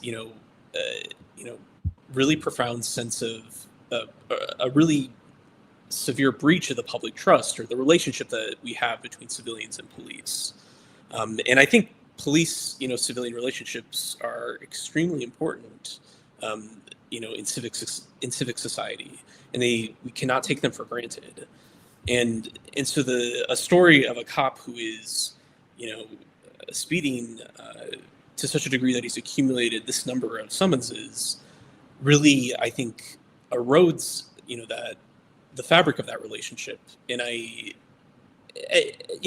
to your question about, whether other civil servants, I mean, yes, it's not just NYPD, I think DCAS is a huge offender. Our office is in Tribeca, right across the street from Civic Center, and One Police Plaza. Court workers, teachers even are egregious abusers of parking. I'm fully on board with civil agencies punishing workers for endangering other people, with their tickets or with their parking or driving habits. I think a really good example of this is fire hydrant parking. It is considered just sort of kind of like a minor thing, like, oh, you can just park in front of a fire hydrant, get the ticket, and it's fine. But that actually can significantly delay fire response, and it has already done so to the point that FDNY has issued criminal summonses to people who interfered with their ability to access a hydrant because they were parked in front of it. And and if that was, say someone who worked, at Health and Human Services, I think there should be something that happens. A civil servant is someone who works for the public, and they should, I think, in the same way that cops are held to a higher standard, they should be held to a higher standard too. And I would extend that, to my own profession. I think journalists should be held to a higher standard than, Sally down the streets. They are afforded immense protection from the First Amendment, for one thing. And they hold a lot of power in their hands. And I think the same is true for cops. Cops hold an incredible degree of power in their hands. They are, they are afforded a great deal of discretion in terms of what they enforce on a day-to-day basis, what they do. And I think that is crucial for cops to function. Like, you can't just send a cop out into the field and be like, do this exactly according to the rule book. Like, that's impossible. You have to trust them and, have some form of, allow them some leeway and some form of autonomy to enforce the law and, police the public. And when we see cops accumulating this number of summonses, it really, throws into question, how much discretion can we give cops when they are behaving this way out of uniform? Yeah, I have a. Go ahead. You got a question, Marlon? Yeah, I got a question. I'll jump in after. Go ahead. Yeah, JK, I gotta say, brother, that I'm kind of concerned here with the measure that you guys are pushing in the state, and that's the speed limiters. My question is, are you concerned that these speed limiters might be infringing on due process? I mean, have you ever seen the movie Minority Report? Yeah, it's where one of my favorite basically, movies. basically in that movie, you really don't have due process. Okay, if the society thinks that you might be a problem, or you might be a concern, a danger to the public, where government acts on it before it gets to that point. So my question is, the speed limiter sounds awfully like we're heading down that road where we're going to punish you before the crime happens because we think you might be a danger to the public. And if we head down that route, where does that route stop? Because I'm saying this because, right, when you look at statistics, Black males are they commit a disproportionate amount of crime. If we head down the road to a Minority Report style future, are we going to have to start tracking and tracing Black males because they're statistically, they may statistically, be a problem for society and likely to commit a crime? You see what I'm getting at here? I see it. I guess I'm just not that concerned. I don't think the speed limiter bill raises due process concerns. And I think that traffic cameras, to the extent that traffic cameras feed the data that would require a speed limiter, I mean, they don't see what the race of someone is, as opposed to, a cop who is on the side of the road and who has wide leeway in what they write. So yeah, I am aware of the statistics you cite, but I don't think that I don't think that is a reason not to pursue the speed limiter bill. I think Could you explain it to us? Could you explain what in fact the speed limiter does? Like, what does it exactly do? So my understanding of the speed limiter is it is a physical device installed in the car, and I'm assuming it depends on which car, or might be like the breathalyzer thing where you have to blow into it if somebody gets caught drinking, they have to blow into it to start it. Like it's something installed in your car like that. But what do you know specifically what it does? Like what does it limit your speed to? Like what like how does it operate? I believe that it uses a GPS to identify when you're on a specific road and what the speed limit is, and then it places a ceiling on how fast you can go. So yeah, I think anyone who's driven a U-Haul, those all have speed limiters on them. Like they're governed, like a governor on the car. So if I'm on a highway, I'd still be able to go the speed limit, but I wouldn't be able to exceed it. But then if I'm on a road that's 10 miles an hour, I can't exceed that. So it's going to literally govern my car depend upon the road I'm on. Yeah. Okay. So now, does that speed limiter, here's my question also, does that speed limiter get attached to the car or it gets assigned to the person? Because what if I sell that car? What happens to that speed limiter? It stays with the car? No, I think it gets removed once the title changes. So it goes with the driver. Yeah. If he gets another car.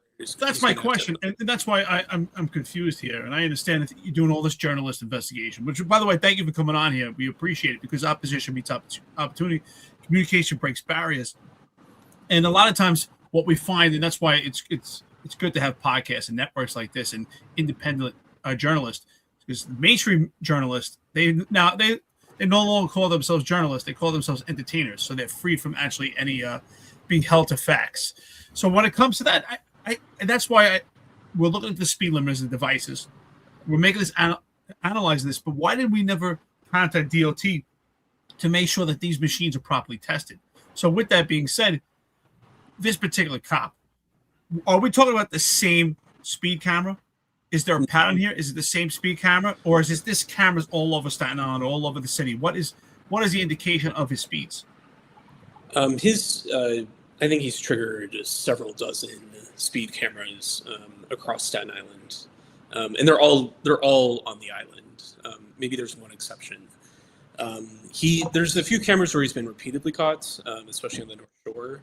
But we published a map in that article that shows exactly where they were in the frequency of them. So yeah, it's not just one. It would have to be the case that every single camera that he triggered was somehow inaccurate, and that he and again, like, he had the ability to contest this when he paid for it. And for better or worse, paying a traffic camera ticket, to me, constitutes some degree of admission that it was an accurate ticket. Otherwise, why would you pay it? I pay them, dude. And just if you did the map of my wife, it was the same camera every single time. And I'm like, look, I understand these cameras are popping up everywhere. Some of them are not picking up speed because my wife doesn't speed either. I'm like, but could you avoid the same one? Like, maybe if you got a new one as it popped up, I could understand it. But like the same ticket that I have to keep paying, and again, and she said it was in a school zone when it wasn't a school, and it was a camera right off a highway on Staten Island. And I think you actually addressed that exact camera in your article.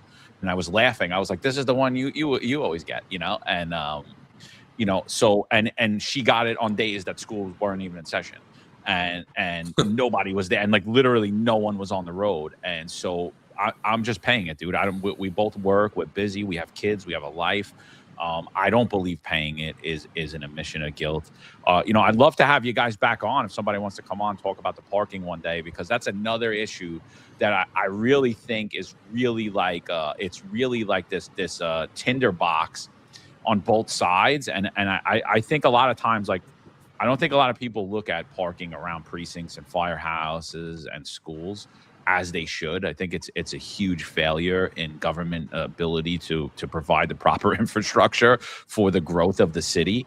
And I think that's something that we would like to explore further. If you or anyone else in your organization would like to come on and explore. Do you guys got anything else for JK?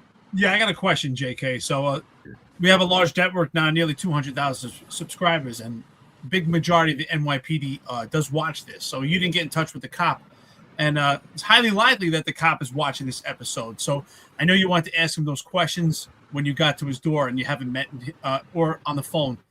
What are some of those questions you want to ask? If you want to ask them now, because I'm sure he's watching. What were some of the questions you wanted to pose to that cop? I mean, the obvious questions. What is going on here? Why are you speeding? Have you injured anyone? Is there some mitigating circumstance that explains this? Were you always driving?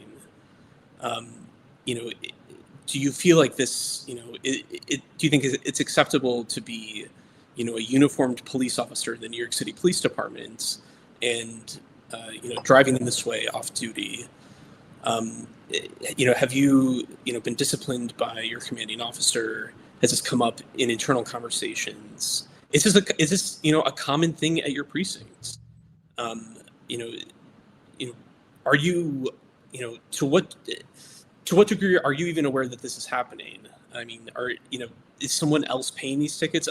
I've gotten dozens of emails asking if the NYPD just cleared the tickets out. I don't think that's the case, but I'd probably ask that as well now that people are asking me, because I didn't think to attempt to verify the source of the funds with which those tickets were paid. Have you done any FOIL requests in regards to this?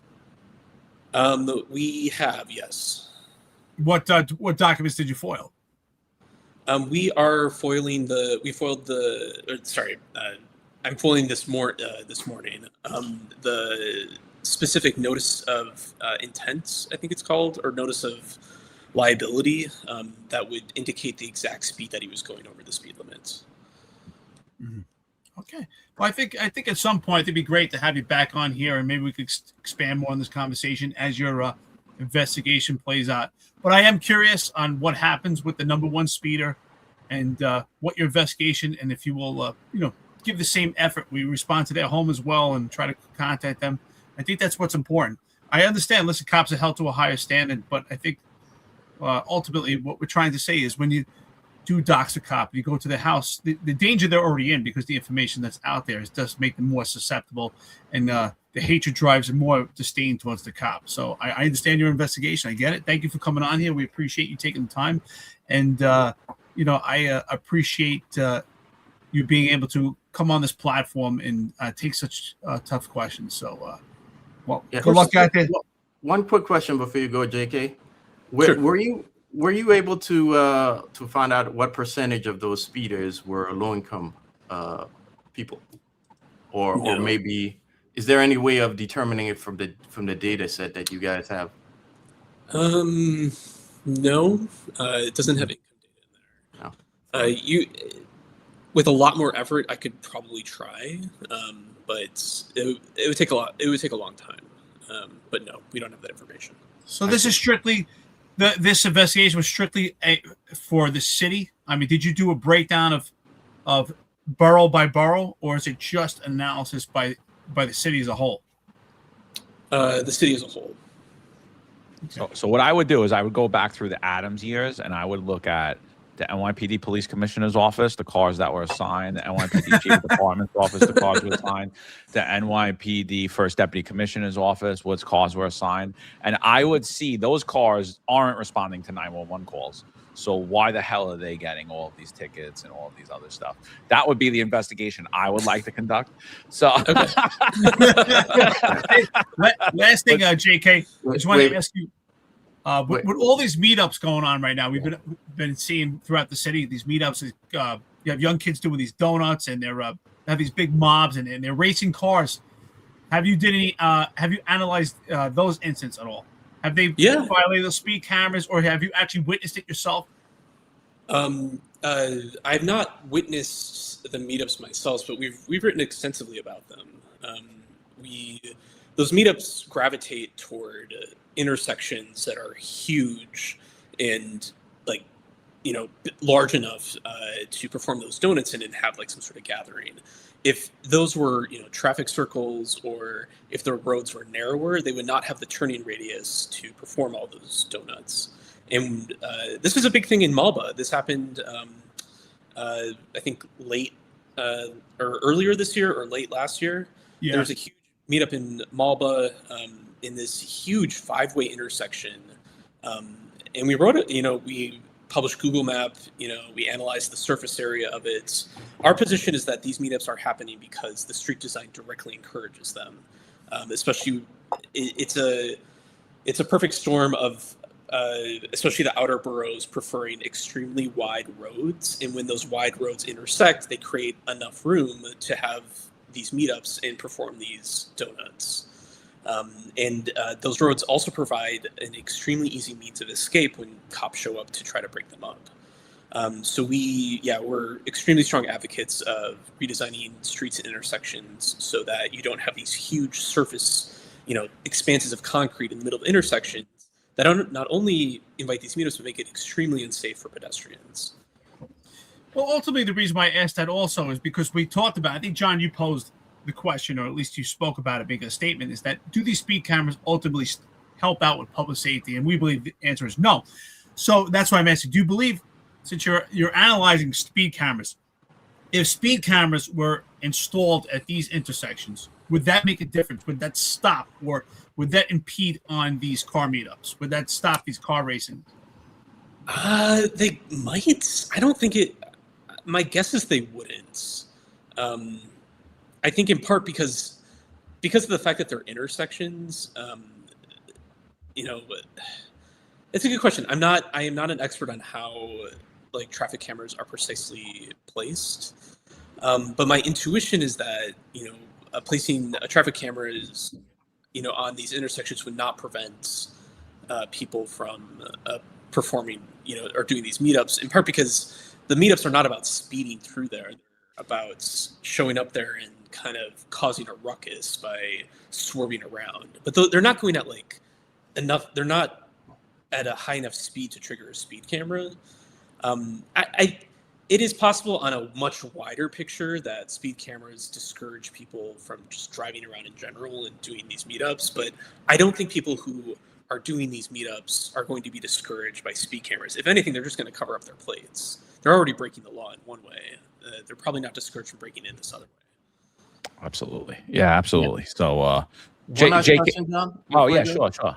Yeah, a follow-up to my question about the due process, right?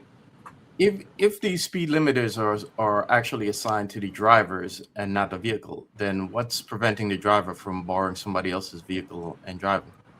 In which case, the speed limiter would have to be assigned. It would have to be something that tracks and traces the driver itself. And this is where I get into my whole problem with due process, because there's already concerns with cameras, right? We're presuming his guilt with the camera. We don't know who the driver is, right? So there's already concerns with due process. And now if we're putting the tracker on the driver himself, it's like we've totally, dismissed those concerns about due process. And now we're going to have to track and trace the driver himself. Is that concerning to you? Yes, it is concerning that if the speed limiter law passes, that a driver could just find someone else's car. And I think that's why, the states, or maybe it would probably have to be the state, would have to pass some sort of law indicating that, the owner of a vehicle is legally liable for any speeding that occurred, that is conducted with it. So you would have to essentially write a law that discourages, a friend or a relative of a super speeder who has a speed limiter from letting them borrow their car. And that by that you would have to essentially enforce a different layer of liability. But yeah, it's obviously concerning, and ultimately I think, in the same way that speed cameras are kind of a band-aid solution, I think the speed limiter, it's a good start, but it doesn't substitute for better street design. And unfortunately, because up until very recently, it has become so controversial and so, excruciating to try to redesign a single street in New York City that a lot of people at the state level have pushed the super speeders bill because there is often so much opposition to even the most minor street redesigns in the city that it had to require some form of state intervention, and that's what we're getting with the speed limiter bill. JK, where do people find you if they want to plug away? If you want to plug yourself, where do they find you and read your stories and read your investigations and read your journalism? Streetsblog.org. That's where I write my stuff. You can also follow me on Twitter, or X as it's now called. My handle is my name, JK Trotter, Trotter. Pretty easy to find. And then my email, if anyone wants to email me, my email is jk@streetsblog.org. All right, awesome, bro. We appreciate you coming on. We appreciate you, giving you your side. And yeah, I mean, like I said, if you guys want to discuss anything in the future, more than welcome. And it was a pleasure. So awesome. Thanks for having me on. All right, awesome. Take care, brother. Take care. Later. All right, that was cool. Again, I just think I think that cops are really being held to a higher standard here, like going ahead with this, because I think that I don't see where he did anything wrong. He violated the law. Well, I don't understand. Again, his vehicle violated the law 540 times, and the fines were paid. If he would have did it 8,000 times, there's nothing prohibiting that. There's nothing prohibiting that. And just because you got those summonses, I'm going to say one more time, I don't believe that means that you were reckless. How many 911 calls are attached to you driving the car? How many accidents have you been in? A lot of those things matter to me, and I'm not going to hang guilt on somebody. Someone on here saying I'm an apologist, you call me whatever you like. But the fact of the matter is there are legal concerns here. And regardless if you like cops or you don't like cops, ultimately what I always talk about when we talk about the law, and Marlon alluded to it here too, is, you don't care when the alligator's eating your neighbor, but you just sit there and hope the alligator will eat you last. So there's a lot of due process concerns. I'm not a fan of these cameras. I've been saying forever I believe they're unconstitutional because you don't have to admit guilt, and these cameras are forcing you to admit guilt. So we're labeling this cop as he's a reckless driver, he's this, he's that. What if he's just in love with a speed racer? What if she's in the car? What could he do? Honey, come on, you're killing me. I'm paying all this money. I don't know. Well, and you don't know, and none of us know. But just the fact that he's a cop, it's evil. It's easy to jump on him, and that's the point. Is like you guys are missing the due process point of it. It doesn't matter if it's a cop. If you support due process for criminals, you got to support due process for cops. It's simple. In the same way with us, if we support due process for cops, we got to support due process for criminals. We have to have an honest conversation, and I just think there's a lot of stuff here, man. It's a great conversation. It's a great topic, but there's a lot of things, and I think we covered a lot of it, the majority of the concerns. And I'm not going to lie, I do have concerns about the way this speed limiter bill is being pushed, who's going to benefit from that. And there's a lot of things I think we need to look into as well there. So before I'm jumping on board with any type of technology to see how it works, what's the danger to society there installing that in somebody's car, right? Like there's a lot of with every solution, there's more problems, so I don't know. Well, I have to say, I really believe that. I say that often. I don't say it to be cliche. Opposition meets opportunity, and communication breaks barriers. I think that, for some people in the chat, they said that we're not pushing back enough. I think we asked the right questions, and it's not about. And I think when you mean pushback, you want to see us arguing, and I don't think that there's no need for an argument. I think we made the argument, and the argument shows there's a failure in this investigation. And some of those failures are one, what Marlon said, because when I asked, is this a sign to the car or the driver, that makes a big difference. And a sign to the driver wants to stop them from just using another car. And I think that's the point of it. And also, I think this is a failed investigation because I asked him, have you contacted DOT? What type of test has there been done to determine if the cameras are accurate? When's the last time they were tested? If they were ever tested, what's the plus or minus positive or negative effects on the outcome? Just as the same thing with a radar. It's always a plus or minus. What is the accuracy? That's something that wasn't part of his investigation. I hope they do that. I think that's important to determine if it's accurate or not. And also things as such as the speeders we see, the racers on these meetups. It doesn't evaluate would the speed cameras be effective for that? Because ultimately, I asked them, is speed cameras about public safety? And also the other emphasis is the fact that the cop is the number 2. Why are we not putting the same effort to find out who's number 1 in going after the person who's number 1? Still, even though it's a cop, he happens to be number 2. Number 1 should be our emphasis. Who's the ultimately the number 1 speeder? But the emphasis on number 2 is because it happens to be a cop. And that's why I said that's what makes the story sexy, is that it's about a cop. Marlon, what are your thoughts?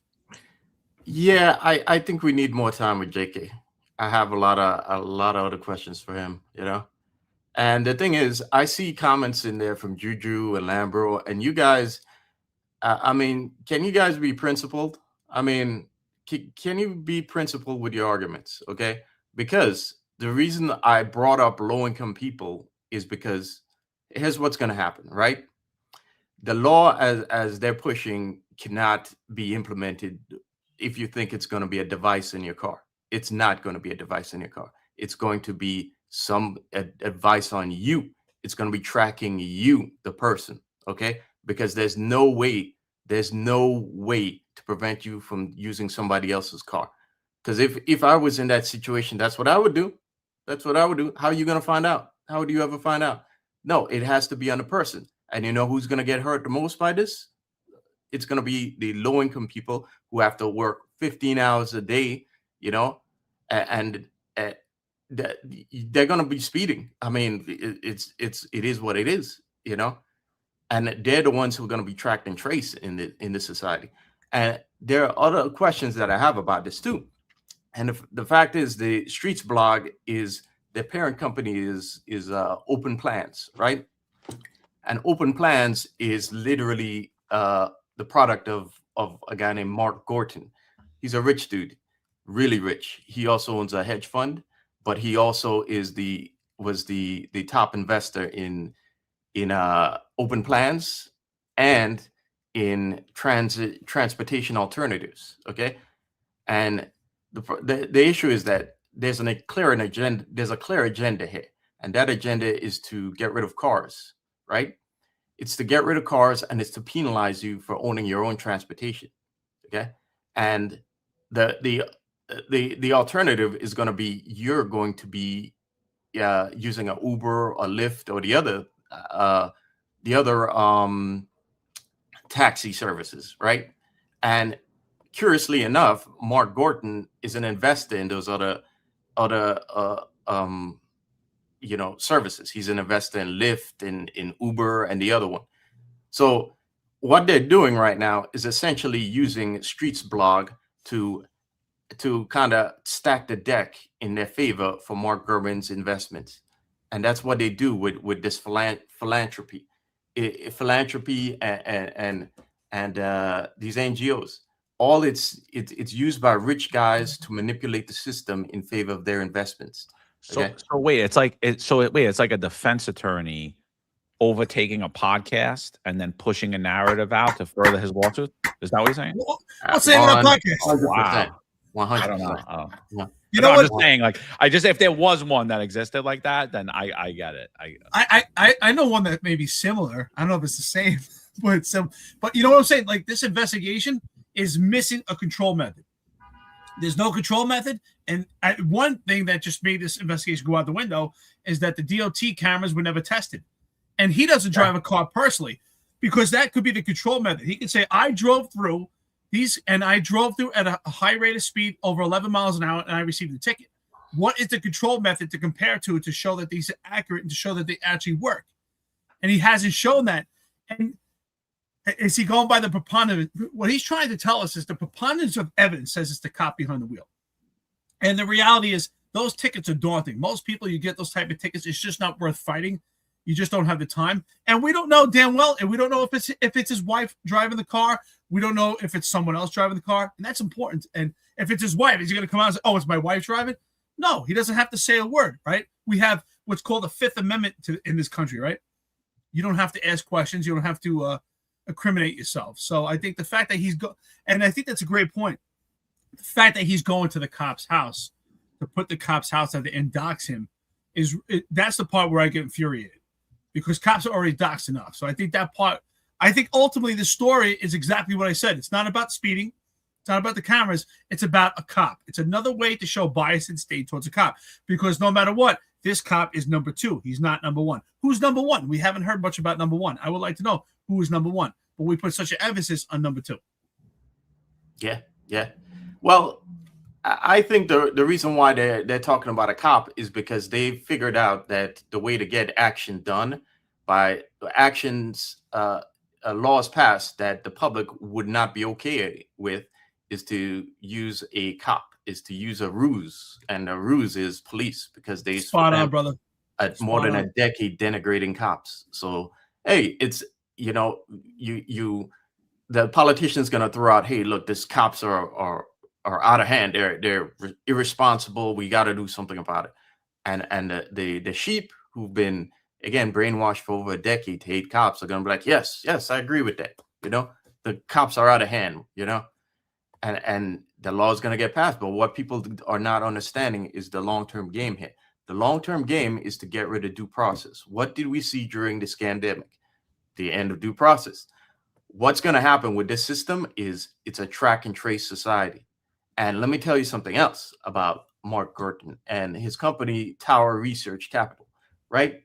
Tower Research Capital is also heavily invested in crypto, in AI, in blockchain. And do you know how they're going to manage tracking you and tracing you with all these systems? It's via the blockchain, because the blockchain creates a token that is allowed to be passed along the blockchain to different systems.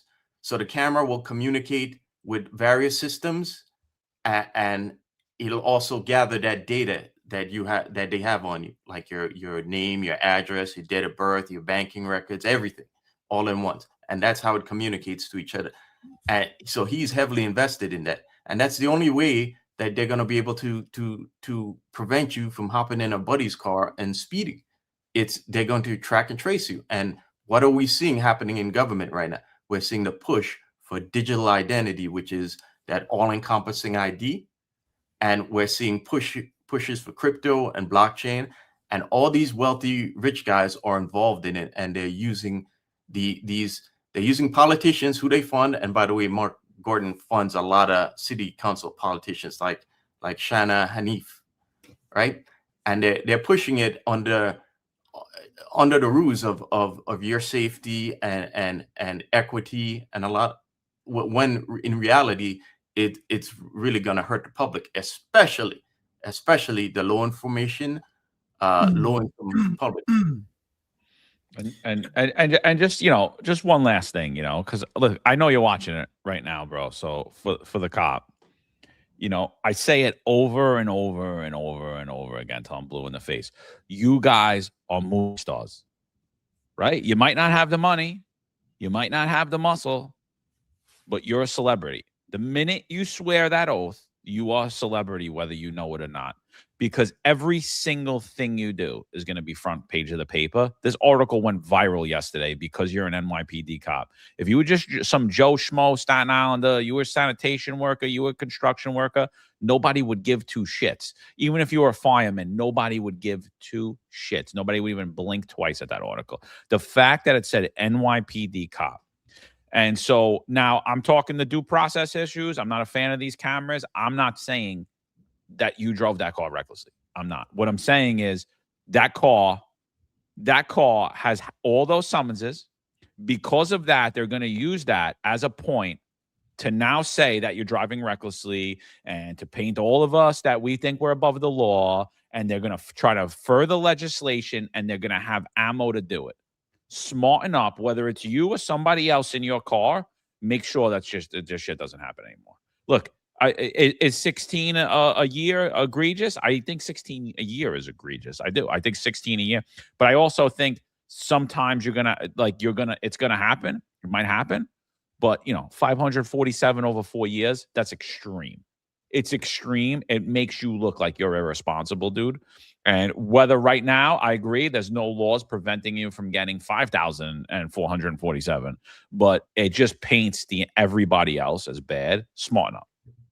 Yeah, listen, I agree with Mullen. I think this is part of a larger scale. And I think that the fact that how do you move the needle is by going over cops, right? What do I often say? That cops are the most tangible form of government, right? So if you want to move the needle, you go after government, and those are the cops, right? Because there's such bias and disdain towards the cops. That's why I said, why is there so much emphasis on the number 2 speeder, not the number 1 speeder? Why? Because the number 1 speeder is not a cop.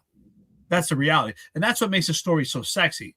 So it moves the needle. I do think this is part of a bigger, larger scale, potentially artificial intelligence, which I think is moving the needle for everything. And Marlon, what's interesting, if you remember, we spoke about this on a prior episode. I do think that blockchain is going to form that token, and ultimately it's going to be like your fingerprint, something I often talk about. So I think that's going to be and that's ultimately similar to this whole this whole speed limiter, which I think is insane. But what this also doesn't measure, which is important, we know there's a difference between speeding and driving reckless. It doesn't measure someone who's a reckless driver, because you don't necessarily have to speed to be someone who's reckless. If you're driving in and out of lanes, you're someone that's actually a danger to others. This just specifically measures speed. It doesn't measure your driving ability, how you drive, which I think is an indicator. And this doesn't cover other things. There's no control method to this study.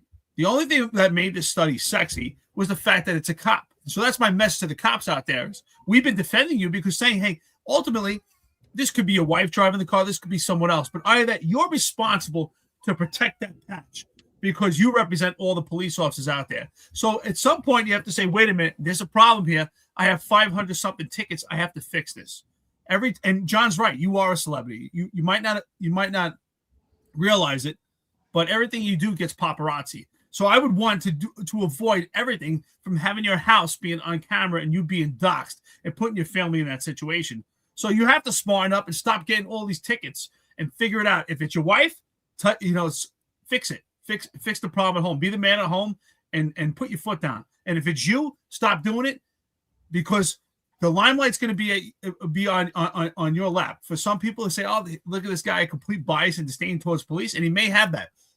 And he says he doesn't, but it's obvious it made the story sexy. So don't give him the ammunition. Don't give them the ammunition to come after you and to embarrass that patch, right? The NYPD leadership does a great job embarrassing that patch. It doesn't have to be you. Yeah, I agree. I agree with everything you guys said.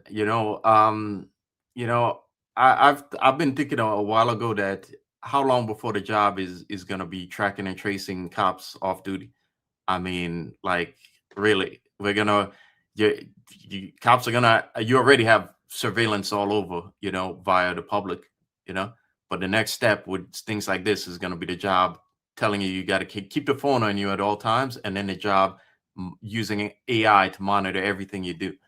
But for those of you who think that I'm a conspiracist, and there's no possible way that Streets Blog could be a influencer operation. That's immoral. They would never. Well, this is Gordon's trading firm, right? His hedge fund, and this is the amount of times they've been fined by the government for improprieties. In fact, now they're under investigation by China themselves because they broke the law over there by bringing in trading equipment that you're not allowed to. Basically, they're trying to game the system in terms of their favor. And this is the law that's again, just to show you guys the law that's being pushed. It's the Stops Super Speeders bill. And it's right now it's to attach a device to your car. But we all know that there's a grander ambitions here about tracking and tracing you. And one other thing, this is from the micro mobility plan that was on the Open Plans website. Again, this is the parent company of the Streets Blog, right? The parent foundation. Look at the language here, right? It says white and blue vehicles more often than not SUVs carry 2 police officers. Interiors smell of coffee and human effluvium. Okay, and let's see what exactly that is. Effluvium. I read it. I'm like, what the hell is that? But effluvium is waste. So there's no police bias, right? There's no disdain for police, but That's my point. why is that in there? Okay. That's my point. This guy, no matter what, he's the number 2 speeder. He's not the number 1. Yeah. They don't like cops. And listen, I read his article, and there is clearly a anti-police agenda here. And he's inherently biased against pickup trucks. 4,100 pounds. Yes. Talk about my truck, bro. And listen, John, here's the reality. Would he have a problem if he was driving a Tesla? If it was a Tesla that got those tickets and he wasn't a cop, would we hear anything about it? No matter what. That's what I want to keep reiterating. We're talking. I think he was pretty honest when he said we're anti-car. He goes, I think you guys could say that we're anti-car. I think he was pretty honest about it. And, someone said he didn't answer the question about going to the cop's home. Like, it wasn't a question. I made the statement. It's dangerous. Shouldn't be done. There's absolutely no reason. Now, if it's somebody you can't track down, I understand. That's the only place you could go. But in my opinion, it's doxing a cop, and it was done for no reason. And even if you're going to go to do it to interview him, it shouldn't have been put on the camera. I'll say that again. That was dangerous. And just my last point on this to the cop, again, one last time. If you think internal affairs isn't set up all over you to and from work each and every day going forward for the next year, you're an idiot. I'm telling you right now, you're going to wind up getting arrested. And for all you idiots with the camera things, with the blockers on your plates, you're a target for arrest too. And honestly, I can't feel bad about you at this point. I really can't. Like, it's been going on forever. So many cops that got arrested for this. If you're going to continue this behavior, dude, you think that the PC hasn't sicked internal affairs all over you, just go outside right now. Go throw the garbage out. Go see who's sitting on your block. I guarantee you they're sitting on your block right now. And you know what they're listening to? The finest Unfiltered, baby. You know what drives me crazy, John? I got to be honest. Like, no matter what, it's egregious. 500 something tickets, whether you're a cop or not, it is a little egregious. And this is the part where we give people like JK who have a bias, they have a disdain for police, we give him the ammunition. We gave him the ammunition to have this story. You gave him the ability to make the number 2 speeder sexy. The reality is no one knows who number 1 is. No one cares right now. Number 1 is happy right now. Number 1's like, damn, they're not talking about me. Because number 2 is a cop. You have to, obviously things have changed, John, because there was a time when we got on the job, and Marlon, I'm sure the same thing is for you. You only came on a couple of years after us. But everyone knew. You were taught from day one, you're a cop, protect that patch, because everything you do is going to be in the public eye. How many times, John, did you avoid certain restaurants? There's restaurants I wanted to go to that I avoided because I knew potentially it could be a problem, or a bar or a lounge, and that's going to be a problem, and I could end up on TV. Even though I have nothing to do with it, just something I avoid. And as a cop, listen, ultimately you take this responsibility and you're willing to take this part of your life. When you become a cop, getting 500 some odd tickets is ridiculous. At some point, who wants to pay that money anyway? And if it's not you, if it's your wife, then grab a pair of balls and tell your wife, you're not driving this car, take the keys. But come on, am I right, John? At some point, you gotta protect that patch. You gotta protect yourself. Well, I'll just say I don't know that. I can't sit there and say the car has been driving reckless when we have no accidents. We don't know any 911 calls. We don't know anything. I think a lot of these camera lights are bullshit, and I've said it over and over again, like that you'll get a speeding summons and you weren't even speeding, dude. You were like, if you go down my block right now, and I don't want to put it out there, but like if you went down my block on Staten Island right now, you would get a ticket and you would be like, what the hell did I just get a ticket for? What did I just get a ticket for? And you weren't speeding. And so now if you do that, I personally think it's fiscally irresponsible more than it's reckless. That's my point when what people are saying. Everyone's like, oh, you're justifying speeding. I'm not. I'm saying that a lot of these camera lights are bullshit. I don't, and again, we didn't get, he was driving the vehicle was driving 90 miles per hour in a 20 mile per hour zone. Like, we don't know any of that. No, we don't know any of that. And no. I'm like, I'm not like that. That's my whole thing. It's like, it's just not a fair argument. Again, I think it's fiscally irresponsible. I think as a police officer, you're bringing light to the entire department, and that's on you. But like, again, A civilian could go get 8 million summonses, and this is the law. They followed the law. They paid the fine. That was the fine. Like, that's what he got. It's just you're getting more attention because you're a cop.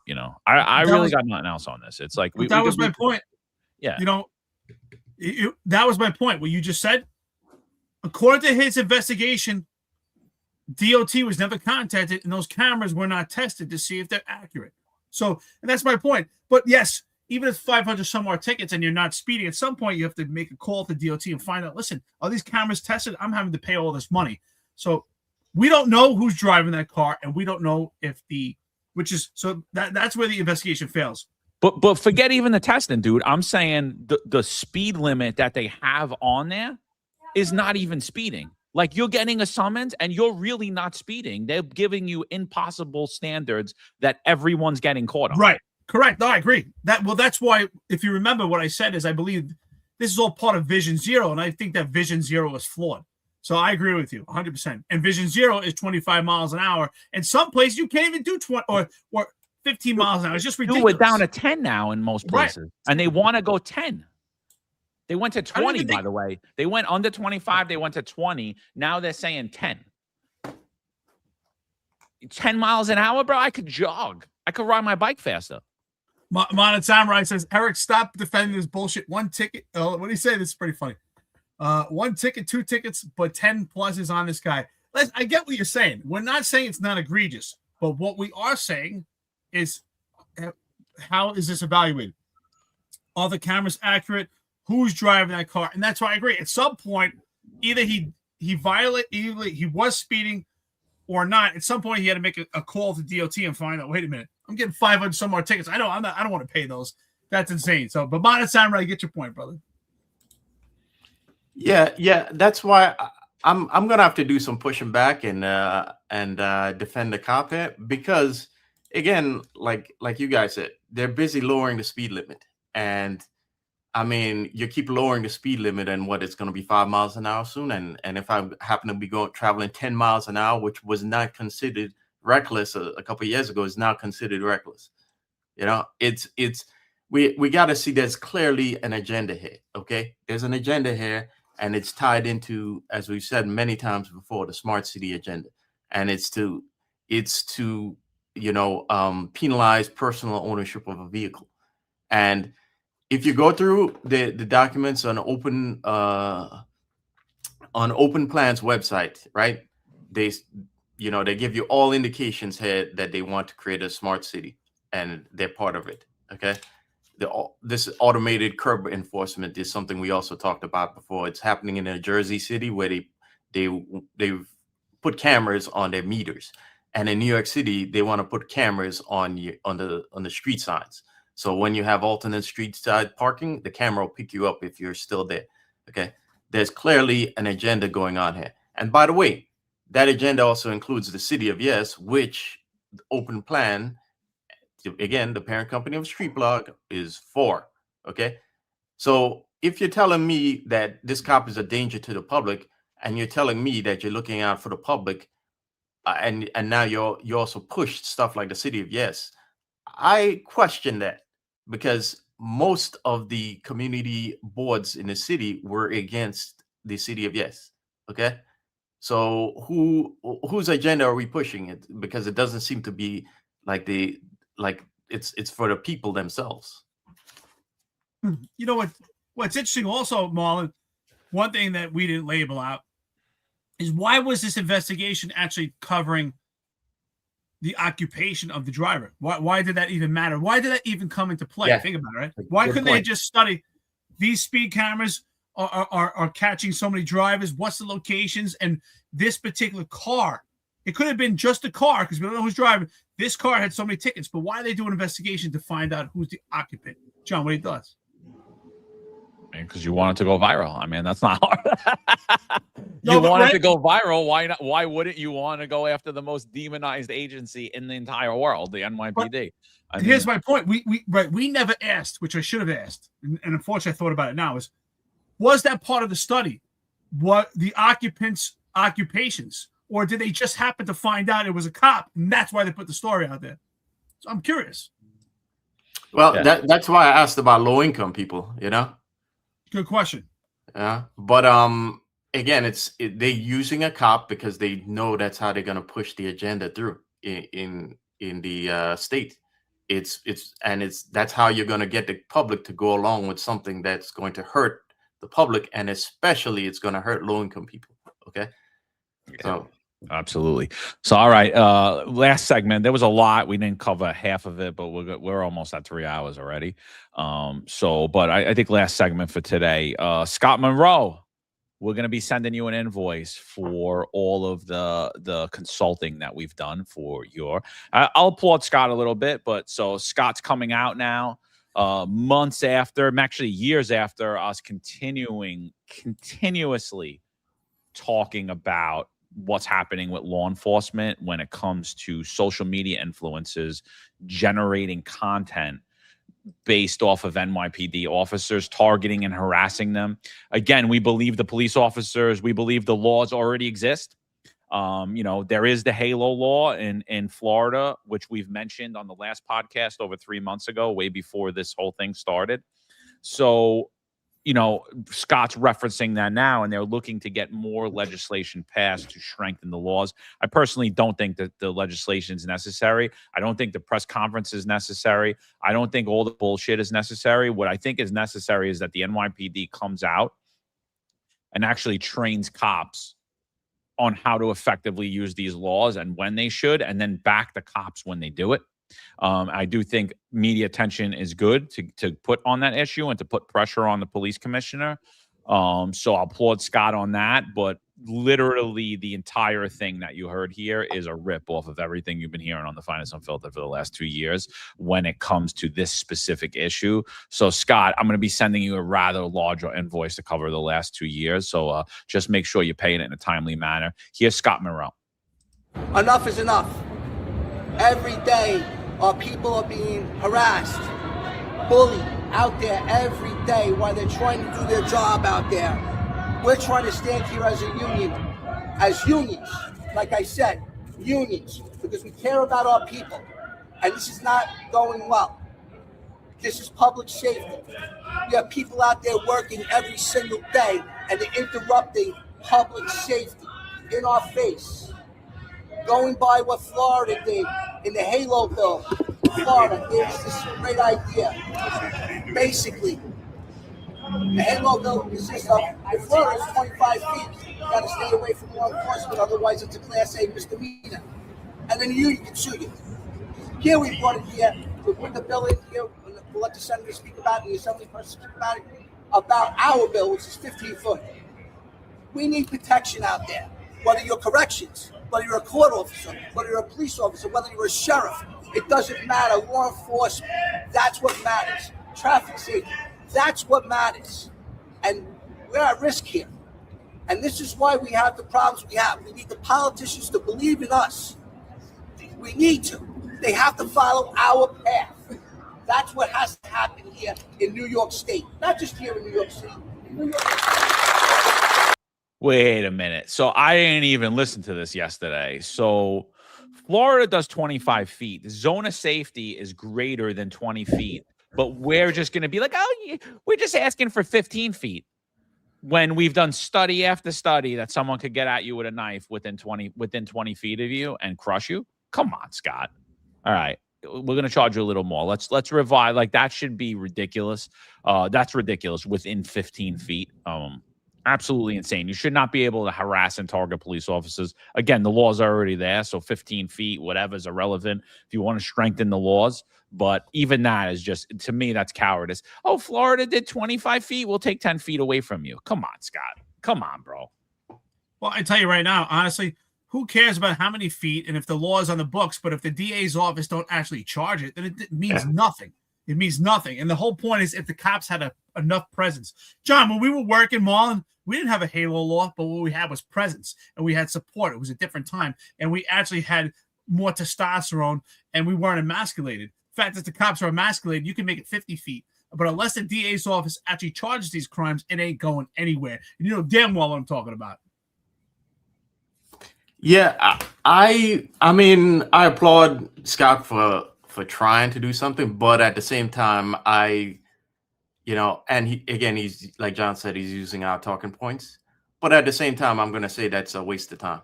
Okay, because I think the law is already there, and what nobody knows how to articulate OGA anymore. I mean, if I'm on patrol, you're not doing that to me. You're not getting in my face with the camera. Okay, it's plain and simple. Okay, and that's because I was taught. I'm not a Gen Z cop who came on in a different department where we're soft now. Okay, in the old days, you're not doing that.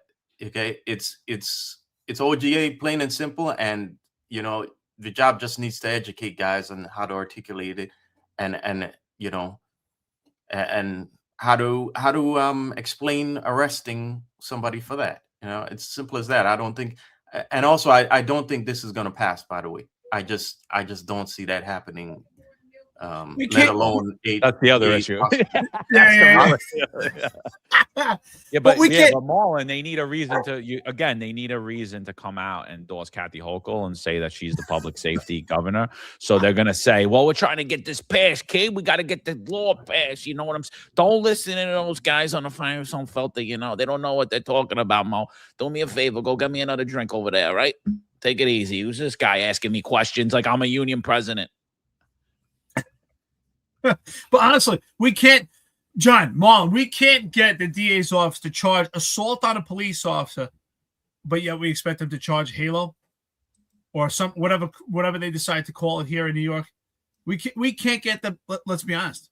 Most assaults on police officers get dropped to a misdemeanor and an attempt on a police officer, attempted assault.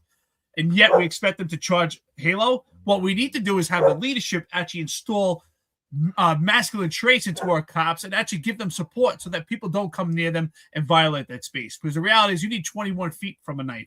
So if we're really concerned about the situation, 15 feet is surely not enough.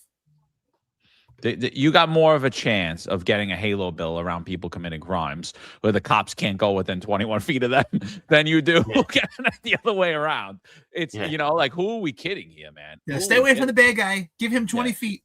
Oh, we kidding. Here was him on Fox in the morning. NYPD officers will be rallying at City Hall today to show support for legislation aimed at stopping the harassment following the doxing of law enforcement. Officers in the Big Apple getting hit with constant obstruction, even violence, while just trying to do their jobs in recent years.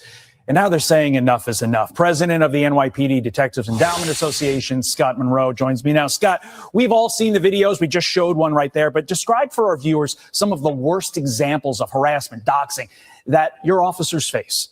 They're out there every day doxing and harassing our officers, whether you're down in transit, guarding the subways. They're in the police officers' faces, detectives, lieutenants, sergeants. It doesn't matter what rank you are, captains. They're out there every day. They're doxing, they're harassing the police officers with cameras in their face. They're threatening them to go to their homes because, we're one of the only police departments that has your name on your shirt. And they're looking up your name and they're going to your homes and they're threatening you and your families. Let's talk about the doxing, because under current law, if I'm not mistaken, agitators, like you just mentioned, can find the name of the individual, publish the name of that individual and their family, putting that family at risk. Is that accurate? Absolutely. And so your bill is aimed at trying to prevent that. Yes. We're basically looking at what Florida did. Florida has a halo bill where you have to stay 25 feet away from an officer and you're not allowed to video and you're not allowed to harass them. So what we want, it's a Class A misdemeanor. And we're looking to do the same thing here, but 15 feet away, working with the Assembly and the Senate, which is going to come out today. And it's going to reach Governor Hochul, I'm sure, by the end of the year for her signature, to have this stop happening. So you will be locked up for a Class A misdemeanor and the union will be able to sue you. Okay, so this seems like it should be bipartisan. We seem like we should all be behind this because these officers protect us. They keep us safe. Is anybody fighting you on this? And if so, who? Who's fighting you? Not fighting. Well, as of now, there was really no fighting with it. We were able to get 2 Democrats to write the bill. And now we're going to push it out. I have people from Buffalo, Rochester, East Hampton. They're here. This affects them too. Suffolk County is big with us. We're partnering with Suffolk County and Nassau County because this is happening all over New York State. We have over 100 unions involved with this. We sat down early January and we spoke about this. 350 people from over 100 unions sat down and spoke about the problems that we're having. And what it looks like is we have over 500,000 votes. Oh, here, wow. okay, between family and retirees, whether you're a correction officer, whether you're a traffic agent, this affects everybody. Whether you're a court officer, whether you're MTA, this affects everybody, this bill. Quickly, before we let you go, is Mayor Mamdani on board? Mayor Mamdani was invited to come. The governor was invited to come. The governor declined to come. We haven't heard from Mayor Mamdani, but we're waiting to see. Listen, when we do these bills up in Albany, it's always good, like our past mayor, Eric Adams, he endorsed these bills for us, and that was important. So we need Mamdani. We need him because he's guarded every day by an army of detectives, him and his wife. But that's okay. But we need to be protected. The law enforcement needs to be protected out there. Understood. I mean, look, we got a lot of people watching saying, why does New York matter to me? A lot of you folks are going to be coming to the city as tourists in the upcoming tourist season during the summer. You're going to want a safer New York with more cops in both. So Mamdani wasn't there. Hochul's not there. Yeah. What's the chance of getting passed? Not good. Even if it passes, what's the chance of us signing it? Not good. But hey, we'll endorse her anyway, and then we'll talk about, Adams was the best. It was the best. It was Ming. I actually, you know what, John? I actually see this law being a problem. And I'll tell you why. If it does pass, which I don't think it will either, Marlon, I agree. But let's go into the world. Let's rhetorically speak here, and let's say it passes. And people need 15 feet. Now, if we have a emotionally disturbed person who's 20 feet away from a cop, who's screaming loudly, and a cop takes out his firearm because he thinks he's about to take out a knife, there may be some issues from the Civilian Complaint Review Board because he was more than 15 feet away. The law said that 15 feet is the amount of feet you need. Why are you taking your firearm out when the emotionally disturbed perpetrator is 20 feet away? So I think this could potentially be some issues to where the argument is going to be cops only need 15 feet to be safe. Mom, what are your thoughts? I mean, isn't that the question that Pyro should have asked them, like, right off the bat? Like, what are you doing, Todd? That would have been my first question. Why are you doing 15 feet? Exactly. What do you mean you're like Florida, but you're doing 15 feet? Why? But how'd you come up with that? Like, what was it? Like, why'd you minus that? I would have just liked to watch him squirm because I guarantee, Scott, start thinking about that answer, bro, because we got that question. Why'd you do 15 feet? You're going to tell me because the city's smaller than Florida? It's not as rural, I just gave you one, see? You're welcome again. We'll add that to the bill. I don't think it's going to pass, but that's my point. If it was to pass, rhetorically speaking, Modern Samurai says it will never pass. You're right. I don't think it'll ever pass, but if it does, think about that. The push from Civilian Complaint Review Board will now be 15 feet is the safe zone. So anything past 15 feet is going to be questionable for the cops if they take action, so just taking out their taser, taking out their firearm, or giving some commands, right? Telling people, step back. I've gotten substantiate civilian complaints for giving people warnings. It was considered abuse of authority. So if someone is now 16 feet away from a cop and you say, get back, give me some space, is that abuse of authority? So I think this could be a major issue. Yeah, absolutely. CCRB was substantiating guys for giving warnings about criminal trespass, which you're required to do by law. And they were substantiating it as threat of arrest, even though you're required to say to somebody, you're not allowed to be here. If you don't leave, you will be arrested. That was a threat of arrest, and they were substantiate. And I'm sure it still goes on today. Ma, anything else on this before we get to the super chats? We got 28 of them today. Yeah. Again, this whole measure is unrealistic. It's not going anywhere, and I don't think it's the answer. Okay, and I had an image here, but something to keep in mind here, right? So John brought up the idea that this is how they're going to support Hochul. They're going to push Hochul, and I didn't think of that, But when I put two and two together, I think, you know what? Maybe you have something there, John. And the reason why is because this came out, guys. Remember how we've been warning you for a while now that your pension is next, and how nobody wants to make cuts. They don't want to do the things they need to do. They should do, which is cut the grift, cut the crumbs, cut the waste. Because if they do that, the people in the progressive industrial complex don't eat. Okay, instead of doing that, because none of them are going to agree on it. You see The city council doesn't agree with the mayor. The mayor doesn't agree with Hochul because, again, nobody wants to make cuts that'll stop the crumbs from flowing. So, you know what we said before? Well, you know what a great way to make everyone happy? Well, we're gonna sacrifice you workers, right? And this came out that Mamdani is considering delaying pension fund payments to ease budget gap, just like we said, right? So, going back to what John said, when he said that, I immediately thought about this. It says any delay in pension payments would need the approval of Hochul. So what are the odds that the unions are going to push Hochul, right? The unions already made a backdoor deal to delay pension payments, right? But they need a way for everyone, they need a way to push Hochul. So we're gonna push this, get you to vote for Hochul, and then when Hochul gets back in there, she's gonna stab you in the back. She's gonna screw you workers. What are the odds of that happening? They would never screw you, right? They would never let government do something that's illegal to you, or say force you to take something that's illegal, and then never bring it up again, or and never then sneak $50,000 to our campaign. Yeah, and then tell us that we're liars when it's flat out and thing, right? Oh, Never we'll be do- monitoring never do those that. campaign donations, by the way. We'll be monitoring those. Absolutely. Listen, I talked to Scott. I had a great conversation, and Scott says he's looking out for the members. Scott, I appreciate all the great conversations, brother, but we'll definitely be monitoring contributions. Yeah. Sure, I believe you, Scott. I believe you. And one more thing on Scott, and then I just want to address the pension thing because I think it's a much honestly, the reason I didn't bring it up is because I really think we need to do an entire episode about it. Marianne Pizzatola reached out. She's like, none of these cops believe that this is happening. Like, I'd like to come on and discuss it. This has been happening. Well, to be fair, John, she didn't even believe it because I told her this months ago, and now she blocked me. Yeah. Oh, she blocked you. Well, she blocked me. I guess I was wrong. And look, what's happening now, Mariana?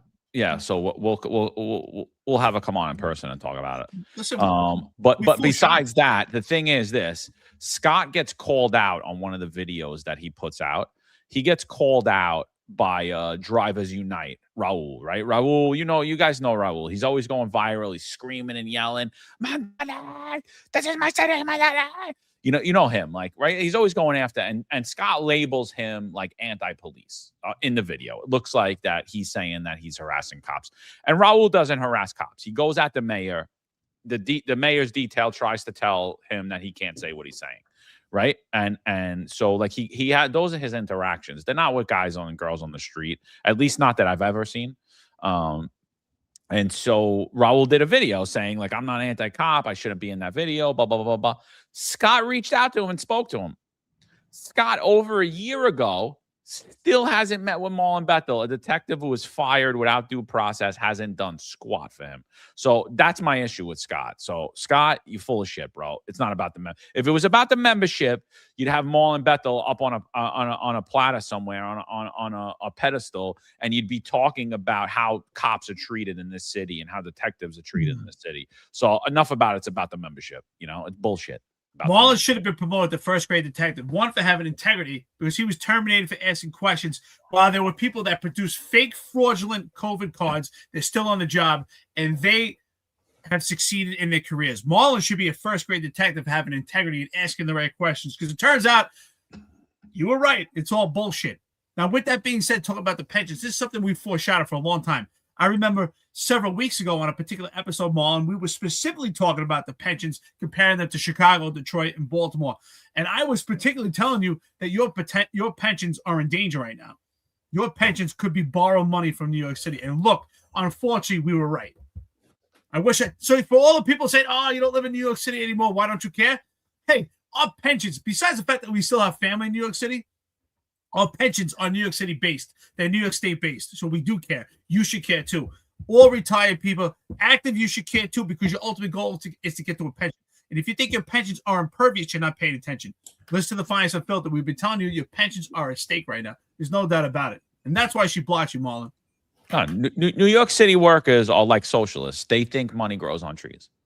I put that article out and they're like, it's fake news. No one's stopping our pension payments. I'm like, you don't even know what you're reading, bro. Like, you're not even understanding what they're saying. They're not stopping your pension at the moment. That's not what that article's about. Read the article. Read what they're saying. They're already, and then, I got guys, police pension's totally different than the other ones, Mo. The police pension, they can't just touch our pension, Mo. They can't do that. They can't do that. They can't tell me to put some in my body. They can't. I'm never going to do that, Mo. They're not going to touch my pension, Mo. Don't worry about it. Because then, forget it. You know what we would do? We would all riot. Like, no, you won't. No, you won't. You know what you'll do? You'll take your lessened pension payment and you'll chew it like a good boy. That's what you're going to do. Like a good little girl. That's what you'll do. So the fact of the matter is this. They dip into your pensions for everything. Look at your pension board. Look at the police pension board. You can't find a spine amongst any of them. You can't find someone that would push back at any of these politicians amongst anybody on that board. So let's get that straight. We've pointed out the blatant corruption in our pensions, in the police pensions. The blatant corruption of people not being cops for over 10 years and then going back in and quadrupling the size of their pension, getting $20,000, $30,000 a month pensions that they didn't put into, they didn't earn, and they don't deserve, right? And all the years, what's the big deal, Mo? We got all this money. What's the big deal? They went in, they grabbed your money, they put it towards affordable housing, even though everyone knew it was a losing deal. And what'd they do? They devalued that affordable housing, and your investment went into the toilet. And what are they doing again? They're dipping back into your pension money, and they're going to invest in affordable housing again. And guess what? They're going to do the same exact thing. You think that we could just keep giving away all this money, all this fraud, all this waste, and your pension's going to be there? I want my pension, bro. I left over $400,000 with the city of New York. I want my pension. It should be there when I'm older, and that's why I talk about this stuff. That's why. Oh, don't worry about it, Mo. Nobody could touch my pension. And, yeah, good luck to you. Don't come crying to me, because when you do, I swear, I'm going to have an open hand smack for every single one of you, because I'm going to be like, I've been talking about it till I'm blue in the face, and what do you care about the politics in New York City for, Mo? Don't worry about it. Sick of it. Hey, Open hand smacks for all of you. John, all of you. I'm confused. You're saying that when the cops were forced to get a vaccine, they weren't riding? Nah, they didn't do that to me, Mo. They didn't do that to me, Mo. Oh, they didn't do it to me. No, I did. I consulted with my doctor after I told McCary that nobody was going to do that to me. I consulted with my doctor, and we had that conversation. I did that willingly. It's like, oh, all right. I speak these cops off. I'm like, wake the fuck up. How are you telling me? Oh, these cops tell me, oh, they can't touch the New York City Police Pension Fund. I said, oh, really? So the police pension fund is just impervious. I said, don't you realize? I said, wait a minute. For all you guys that were tier 3, what did they tell you initially when you were tier 3, you signed up and became a New York City police officer? You could not take pension loans. You ever ask yourself why? Oh, but it's my own money. Is it your own money? Is it? Maybe you should look into what happened in Detroit. Look at the Baltimore. Look at the Chicago. We told you what happened. Yes, the New York City Police Pension Fund is a different structure. And most of New York State pension funds are a different structure than Chicago, Baltimore, and Detroit. But they're not impervious. And if you think that your pensions cannot be reduced, you're out of your mind. And we foreshadow this. We've been telling you this for years. And it's come to a point. That's why we care. We care because I have a pension. John has a pension. It can easily be affected. If you think that your pension is on purpose, you haven't been paying attention.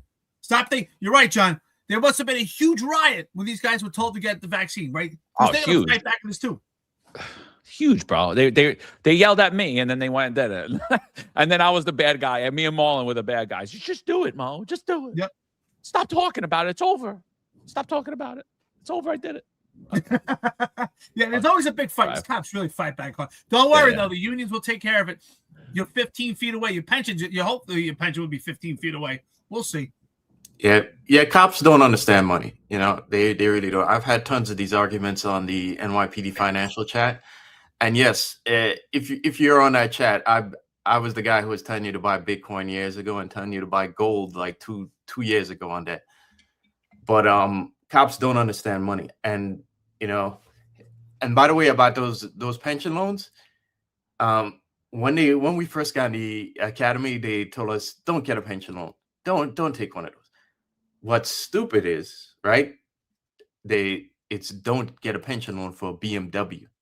Take a pension loan to buy a house. I've been saying that all the time. Thank you, Mom. Okay. I've been saying that for years. Thank you. And I wish I knew all this stuff when I was a rookie, because I'd have been on a yacht right now. Okay, but when I have these arguments with cops now, they look at me like I'm stupid. Like, what are you talking about? What are you talking about? They just don't understand money, and they don't understand. They just don't understand. Don't even get into a conversation about inflation with them because they don't understand that either. So you don't think it was a good investment to take $60,000 for 4 years and pay red light cameras on?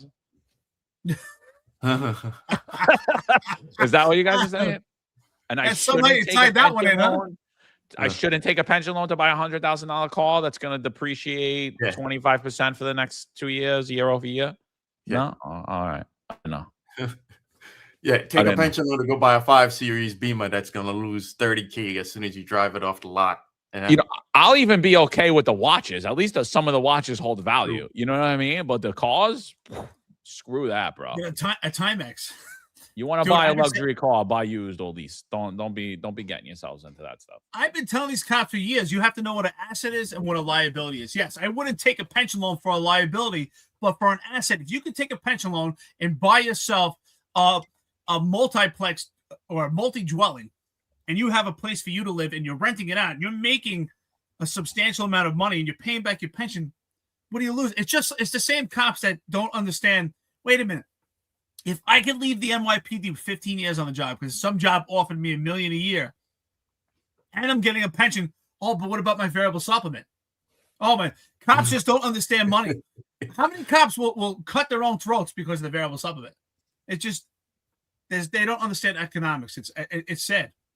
That variable supplement is everything, bro. It's $12,000 a year is going to save you. Okay. Yeah. Right. Let's do the math. I can make $1 million a year. Right, John.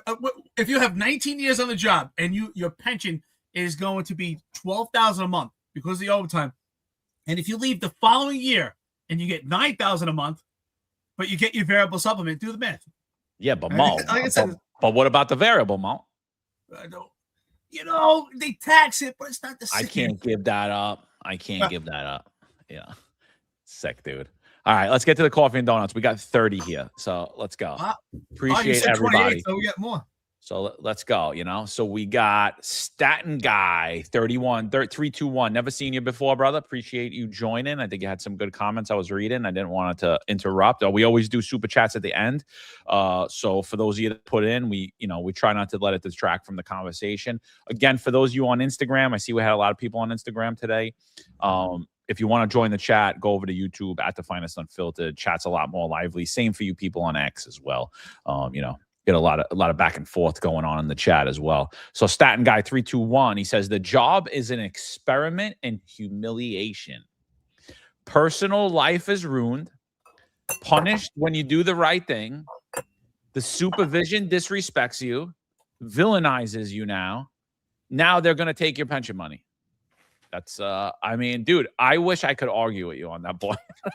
I really wish I could argue with you on that point. But you know the other thing, the one thing I think that you missed out here is that and cops love it. They keep going back for more. They love it. They love the abuse. I've talked to guys every day that want to retire and they're scared to and it's not at the money. They're like, no. I just don't know what I'm going to do with myself. I'm like, yeah, but you hate going to work every day. You have a lot of money. You don't even spend any money because you're a cheap bastard. You have more, your pension's huge. And you like to go to work every day to get abused. You like doing it. And then you want to call me and complain about it. I'm like, you can't complain about it. You're doing this to yourself willingly. You love the abuse. You love it. You're addicted to it. So I think that was a great comment. Anything on the experiment and humiliation? Shout out to Staten Guy. Thank you so much for the coffee and donuts. I agree. I think that cops just don't understand. It's a shame. It hurts me. I talk to cops often that say the same thing. Like, I can't leave. Where am I going to go? What am I going to do? And I feel like it's so short-sighted. What do you mean you're going to do? There's a whole world out there. I traveled the country for almost 4 years by RV. It's been the most amazing experience. I lived in Asia for almost a year. It was fantastic. There's so much to do out there. If you're bored in retirement, you're doing something wrong. That's my point. And if you want to make money, you can make more money out there than you do in the NYPD. There's a world out there of options. You just don't know it. And you've been living in this vacuum. It's sad. It really pains me when cops what am I going to do? Where am I going to go? There's a whole world out there. Yeah. Well, what about the guys who are chiefs and if they're a chief for you've reached the pinnacle of the NYPD? unless you really know somebody at the top and you're still on the job and you've reached the limit of your pension isn't growing anymore, really. Like, I don't understand it, because I think at that point, you should, leave the job and, go be a chief, go be the boss in charge of the entire department somewhere else. But we see a lot of chiefs who have to be aged out the job before they leave. And I personally don't get it. I don't get it. Billy Blastoff sent that. Billy, feel better, brother. Billy just was he was in the hospital. Hope you're out. I think he's had a heart surgery. Said he's feeling better. So hope everything's well, Billy. Feel better, dude. Billy, Appreciate stay it. strong, brother. I hope when you're in the hospital, you're watching the Finest Unfiltered, we kept you motivated, man. Feel better. God bless you. Yeah, take care of your health, brother. They say, man, and I really believe this. When you're healthy, you have a million problems. And when you're sick, you have one problem. So think about that. Your health is the most important thing. Absolutely. 100%. And a lot of times us as cops, like, we put the job ahead of our own health or ahead of our own families. And like, that's one thing I did, and don't ever do that. It's stupid. Put your health and your family first. The job's the job. It'll be there for you. Staten guy again, 321 says, imagine if plumbers could be fired for fixing a pipe. Welcome to the NYPD. No matter the supervision, they all simply either don't care or don't like you. NYPD, boots on the ground, or patsies. We say it often on here. You guys are pawns. You're just being used. And that's it. They don't care. If the situation goes good, they'll put you up there as a pawn. If the situation goes bad, they'll throw you off the board as a pawn.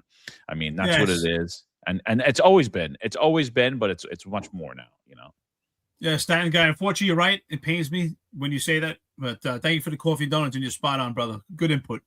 And he also says, people don't understand. You will get arrested for making an arrest. You can get fired for doing the basics of your job. These people don't live in reality. The job ignores suicides. Good luck. It doesn't just ignore them. It actually covers them up, too. But I will say one thing that I think that I'm the most proud of, though, if you remember, prior to us doing this podcast, there was a large suicide epidemic inside of the NYPD. And although there are still, unfortunately, suicides that are occurring, and they're attempting to cover up, if you look at those numbers overall, the suicides have declined since we started doing this. And I think, the podcast has really helped, and having a platform where people could speak to and confide in, and, and let their frustrations out, and understand that there's other people out there that understand and see what's going on, has helped mental health. So if I think the Finest Unfiltered has done one thing really well, I think it's that. Yeah, and you can always reach out to John, myself, or Marlon. We're always willing to help. I talk to cops on a constant basis. Some actually mentally deteriorating, really going through some issues, and I've talked some cops through some rough times. So, reach out to us. Absolutely. I'll say it. Slow the F down, dummy. I know for sure number one lives in the pink houses or South Bronx. JT isn't doxing that driver. Anti-police story. I think, I'm gonna say that was definitely a dox. And again, I think we said there is a little personal responsibility, regardless if it was him, if it wasn't, 100% that car needs to slow the F down. But again, I'm not gonna sit there and say that everything that happened there was reckless either. I want to see the accident. I mean, that would have been the first thing I did. Is like, all right, how many accidents does he have? How many times was his vehicle called 911, the plate, And when you saw it, he was kind of like, started thinking about that, like, oh, damn, I should have pulled that data, I mean, you should test those cameras. Yeah, if we're gonna have a real conversation, let's have a real conversation, So appreciate your mind. John, I think he was shocked by that. Marlon, he didn't expect us to ask him if he tested those cameras. So, the investigation has some teeth to it, but it's definitely flawed. Modern Samurai, shout out to you, brother. Coffee and donuts, we appreciate it, man. You're smart. Listen, ultimately, you got the responsibility. That's your car, right? So you don't leave your keys in the car for anyone to drive because you're responsible for it. So it holds weight. Crazy 10-7 says, let them have New York. Other places have already risen. See, I really hate that mind frame, because, again, what happens in New York will happen in the rest of the country. It will. You know, maybe not in the Midwest, maybe not in some areas, but that mind frame begins to infect everybody. And the same way they took over the political structure of New York City, the apathy on the voters and the low information of the voters, that could be replicated in any state across the United States of America. And so I don't agree. I think we need to make New York great again. Yeah, Megan, thanks for the coffee. Done. It's crazy 10-7. We appreciate it as always.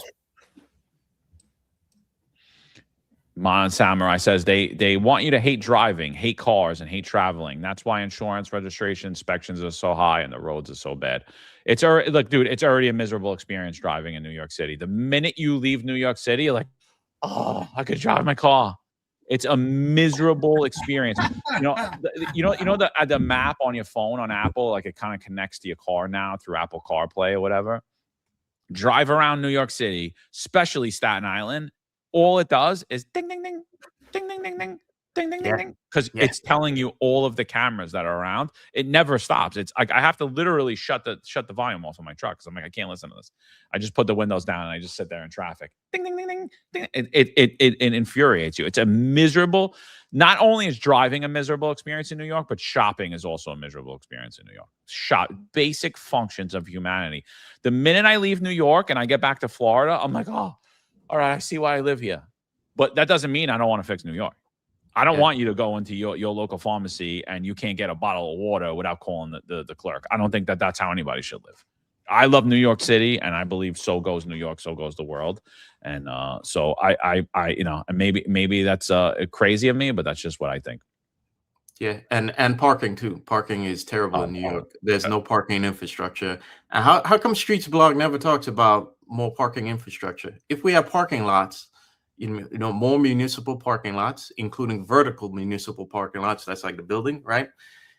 There'd be no cars on the street, which would make it easier for scooters. Nobody, if you can tell me I can go in a parking lot and park, yeah, I'm going to park in a parking lot and get my car off the street. Why not? It just doesn't make sense, And it does, because I mean, then you wouldn't take an Uber and you wouldn't take Lyft and you wouldn't take a Waymo. So there you go. You drive into the city then. That's why. There you go. Listen, I'll go back to again. I'll tell you that Mon Samurai, by the way, thanks for coffee donuts again. I think that I'm curious, and I wish I would have asked, and I'll ask: was the occupant or the background of the operator in this investigation, in this journalism, was that part of the study, or they just happened to find out it was a cop, and that's why they put such emphasis on it? And I really do think that's what's important, is that it's a cop. That's what they care about. And obviously, it's a bigger picture too, right? It's the most tangible form of government is moving to AI, getting rid of cars. But the fact that it's a cop makes it a sexy story and gets eyes on it. Because no matter what, again, as I say, he's the number two. And the number two should not be as important as number one. He couldn't tell me. Think about that. Who's number one? What was the occupation number one? Why are we not putting such an emphasis? I think once they found that the cop was number two, they could care less about who's number one. They didn't even look into that anymore. I think they just ran that whole list to find an NYPD cop. Yeah, if a cop was number 10. That's my personal opinion, and I think he said it. He kind of said it. He kind of said it on there. I think they took that list the minute they got that list and they ran it against the NYPD database looking for a cop. So whether he was number 2 or number 60, that story was coming out. Didn't matter.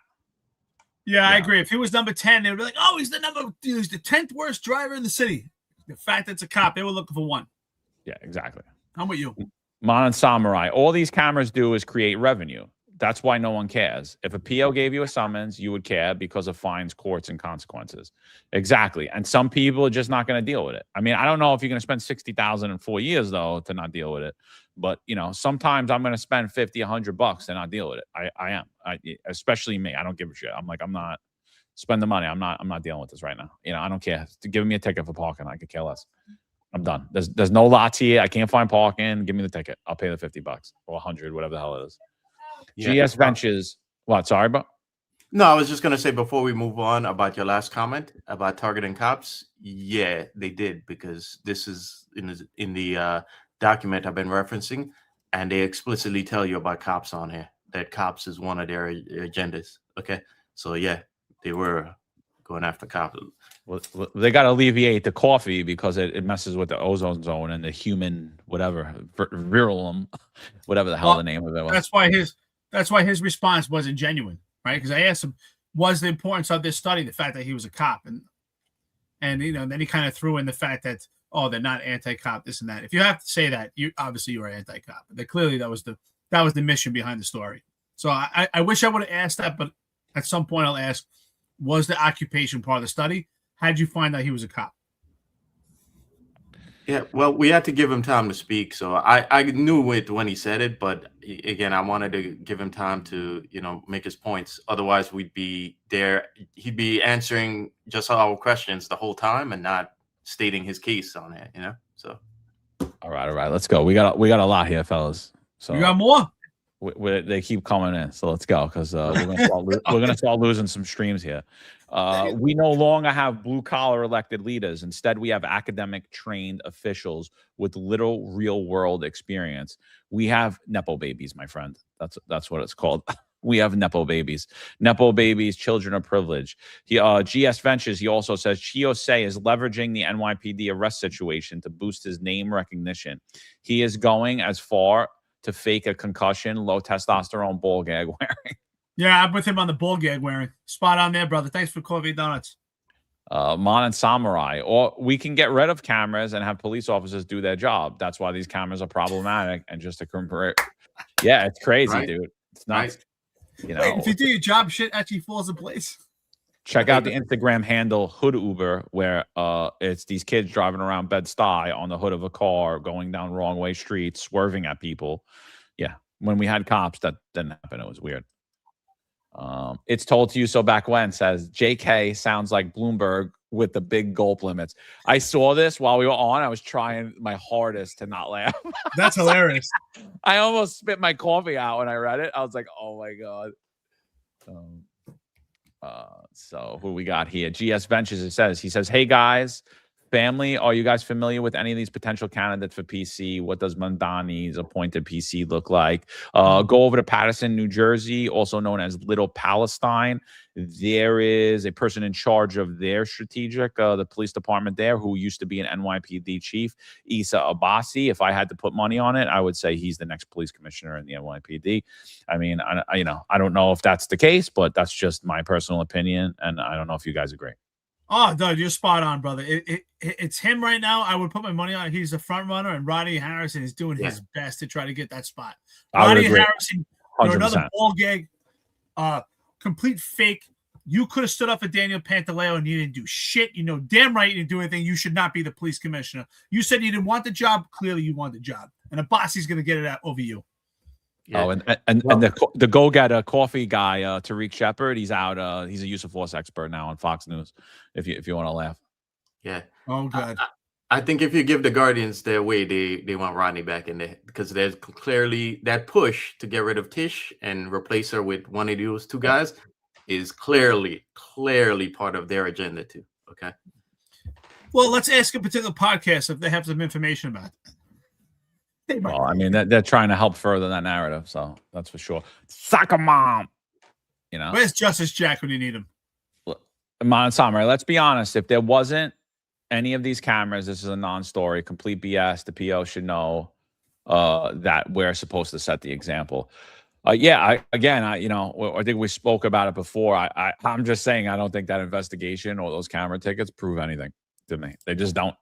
That there needs to be a whole lot more drilled down on that. Other than that, this guy doesn't care about paying BS summonses or his family members. I don't think it's much there. It's told to you so back when.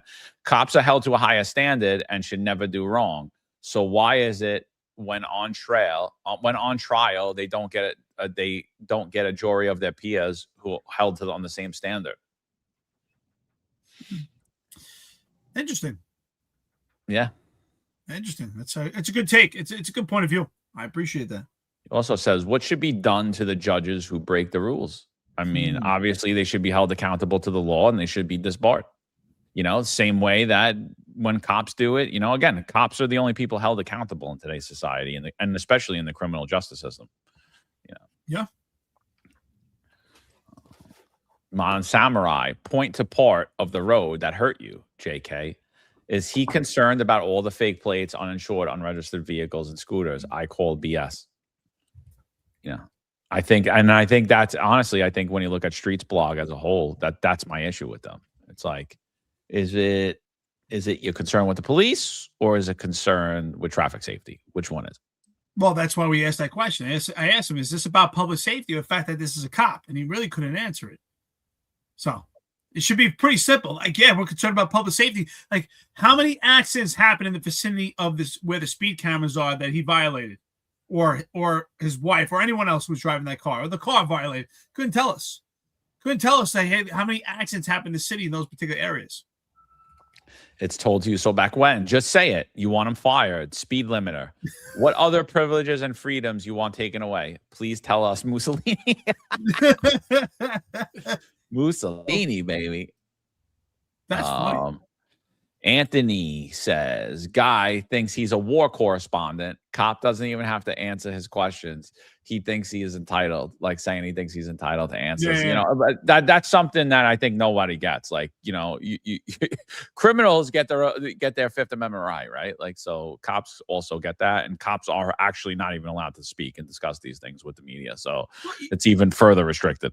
You know what it also tells me, John, is that people actually have a lot more faith in cops than they claim to have. They claim that cops are brutal and they hurt the public, but JK felt pretty comfortable to go to the cop's house to ask questions. Just shows you that people actually have a lot more faith in cops than they portray that they do.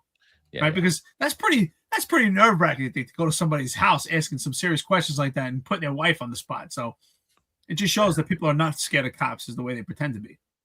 There's a lot of houses in New York City that I'll tell someone, oh, go knock on that guy's door and ask him a question about anything. And they're going to be like, I'm not knocking on that guy's door, you know, because you know what's going to happen. You know what I mean? And that's 100% right. It's a great point. Yeah, rhetorically speaking, if Hawk Newsom was the number 1 speeder, would he go to Hawk Newsom's house? Well, did they go to Lander's house or any of these? No, I don't think they go to the houses. Yeah, no. The cameras are there for revenue, not safety. So be happy for the revenue. The city wants it. I mean, and really, dude, that is the point. You know, that is the real point there. It's like, you got the revenue. That's what you wanted. That was the fine. He paid it. You know, it is what it is. There's nothing wrong with it.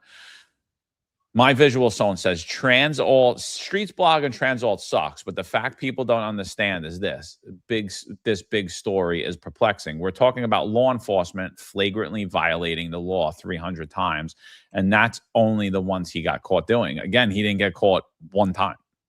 There wasn't one time that he was caught doing anything. Paying those fines is not an admission of guilt. There was no concrete investigation put into, in fact, that he's ever drove recklessly or he was ever behind the wheel and any one of those violations. So factually incorrect, my visual zone. We're usually on the same page, but I highly disagree with you on this one. You know, laws matter and facts matter. And I'm not going to create them because the guy's a cop.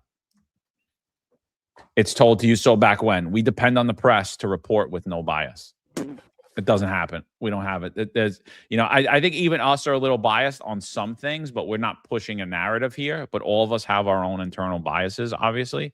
But there is no mainstream non-biased media today. It doesn't exist. It doesn't exist. What do you say this?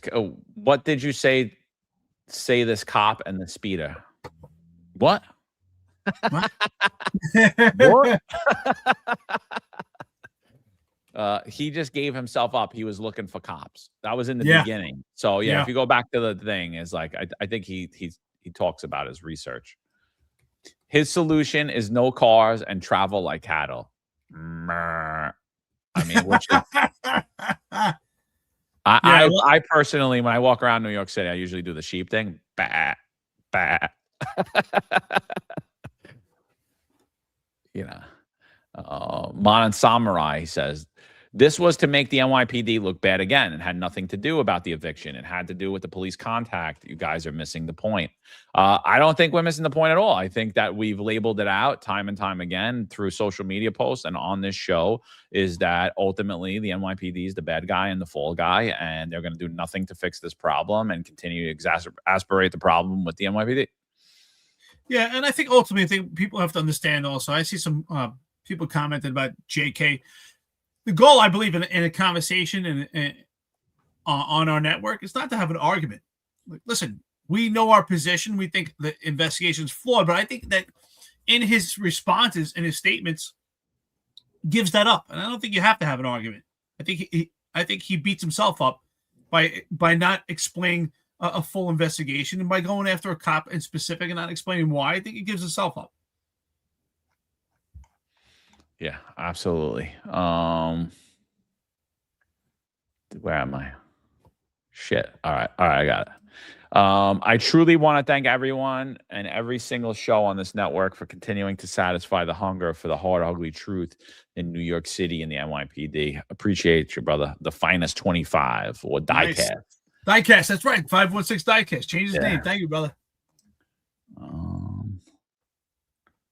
And then he also says, present for duty. Thank you for another spot on weekend of shows. Phyllis Incerillo, John McCart for New York City Council. you know what's funny? You want to laugh though? I like if you go through my messages, all these guys that are getting ready to run in my district in Staten Island, they all want to know if I'm running.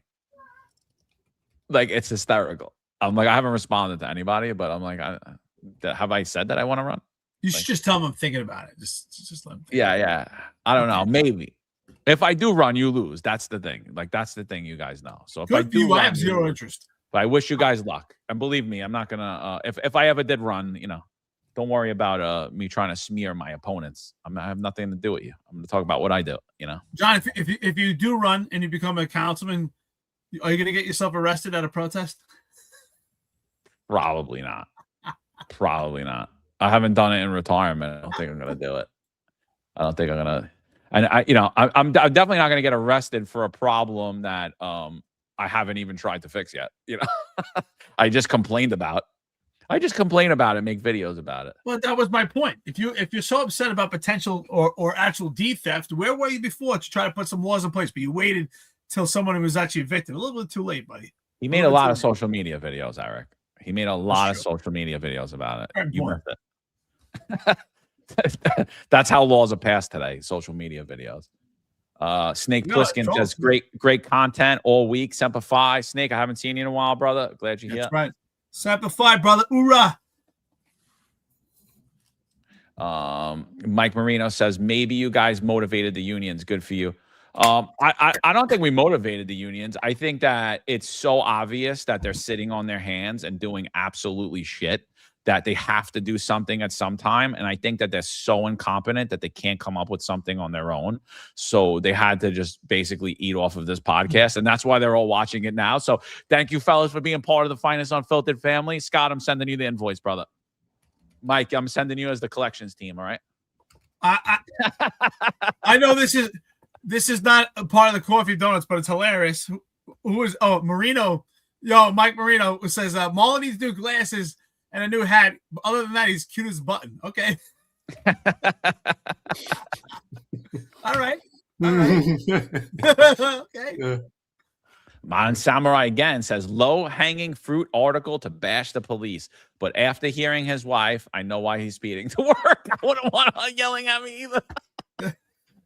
Bro, you know what they say about Sicilian women, bro? They're more dangerous than a shotgun, dude. I wouldn't have knocked on that door. JK almost got his welcome to New York experience, welcome to the outer boroughs of Staten Island. Yeah.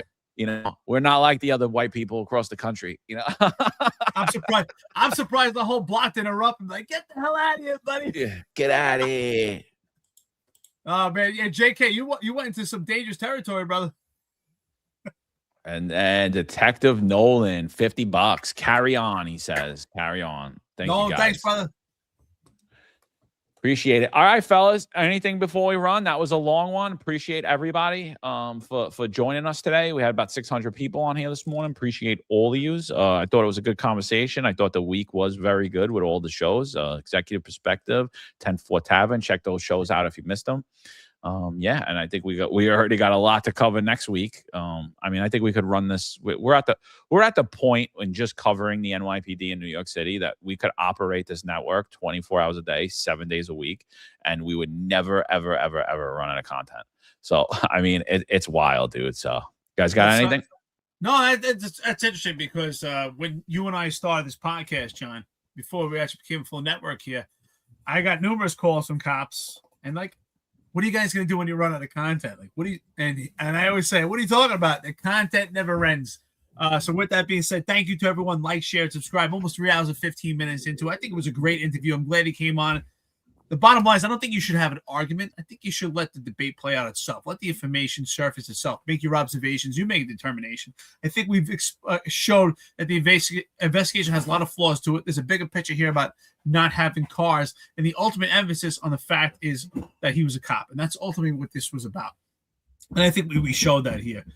So with that being said, thank you to everyone. Again, 3 hours, 15 minutes into it. This episode is sponsored by The Key. Your success is their success. So make sure that you are studying, get promoted, make sergeant in the NYPD. Your discount is $150. $150, that's a big discount. It's $849 for you, $699 with the code Finest Unfiltered $699. Punch it in. This is the last week. If you don't operate on it now, you're going to miss out. Unfortunately, I'm pretty sure we'll get calls next week. John, Marlon, prepare for it. We're going to get calls. Hey, what's that code again? Well, if you weren't paying attention, you missed out. This is the last week for it. Get your discount. Get your discount today. This is your investment, The Key. So thank you, everyone. Thank you, JK, for coming on. We appreciate it. Thank you for all our guests. And 10-4 Tavern and the executive perspective, thank you for all that you do. And thank you to the entire network. And Marlon, especially you, brother. We appreciate it. Yeah. Again, thank you guys for joining us this morning. Hope you have a great weekend. Just quick housekeeping before I go. I was at the 104 Community Council last night. Nothing new to report, but the CO did say, I thought it was interesting that the chief, I think it was Chief Hayward, did say that the NCOs are Q teams are basically the NCOs renamed, which is interesting because we've said that, But I don't really have much to report on. The CO there is kind of a new guy. He just got that command, and he was from Marlboro, Queens, where the other takeover happened. So he seems to be adept at this, at knowing what to do. So we'll see what happens over the summer. But don't get it twisted, guys. We know the boots on the ground. There was a comment made there that I'm addressing. We never criticize the boots on the ground. The boots on the ground will do their job. And one of the reasons why the city does what it does is because it knows that the cops on the ground will try and get it done, even in the face of all the obstacles that are put in front of them. So it's not about them. It's about the people at 1PP and the leadership who don't do their jobs in empowering the people in the precincts to do their job. So we wish the captain all the best of luck. We want him to accomplish his job there, okay? To do his job and be successful at it. We want 1PP to empower him with the tools and the people he needs to do the best job he can do as a CEO. So there's a Marlon and Councilman Phil Wong, who was also a former guest on the show, replaced Bob Holden. So that was last night. And that statement's just factually incorrect. To the CO of the 104. Like, that is just a factually incorrect statement. Like, I guarantee if I look at the roster from 2019 to the roster of 2026 right now, you're going to be about half the staffing you are. So, the deployment is improper. I don't blame you. When we did the episode, we didn't blame you. It stems from the top. It stems from not only the top of the NYPD, but the top of New York City leadership. But if you want to jump in front of it, then we'll stop blaming you. So if that's the decision you want to make, I know that people in the community are happy with you, but if you want to jump in front of it, like many other people have done, to try to jump in front of these narratives that New York City's building and say, no, I'm gonna do this because I support Mayor Mondani and I support Jessica Tisch, then we'll start looking at you a little harder, brother. So I would be a little smarter next time, and I don't care who's friendly with you. Yeah, outstanding. Again, like I said, almost three. Here we go, 3 hours, 17 minutes into it. Like, share, and subscribe. Thank you so much. If you like, hit that hype button. Awesome content this week. We'll be back Monday as always. Have an awesome week out there. Weekend. Do something different. Weather's getting nice. Do something different this weekend. Enjoy yourselves. Do something you have. If you want to go skydiving, do something. Just make your weekend a highlight. Thank you, everyone. We appreciate it. Take care. Find some film. Have a great weekend. Later, people. Be back at you Monday. There's a handful of retired officers that don't live in the state that have a lot to say about the dream team, as I like to call it. All of a sudden, they retire and have a master plan on how to fight crime, but nothing to contribute when they were here. They want to come back and be part of the dream team. What can I say?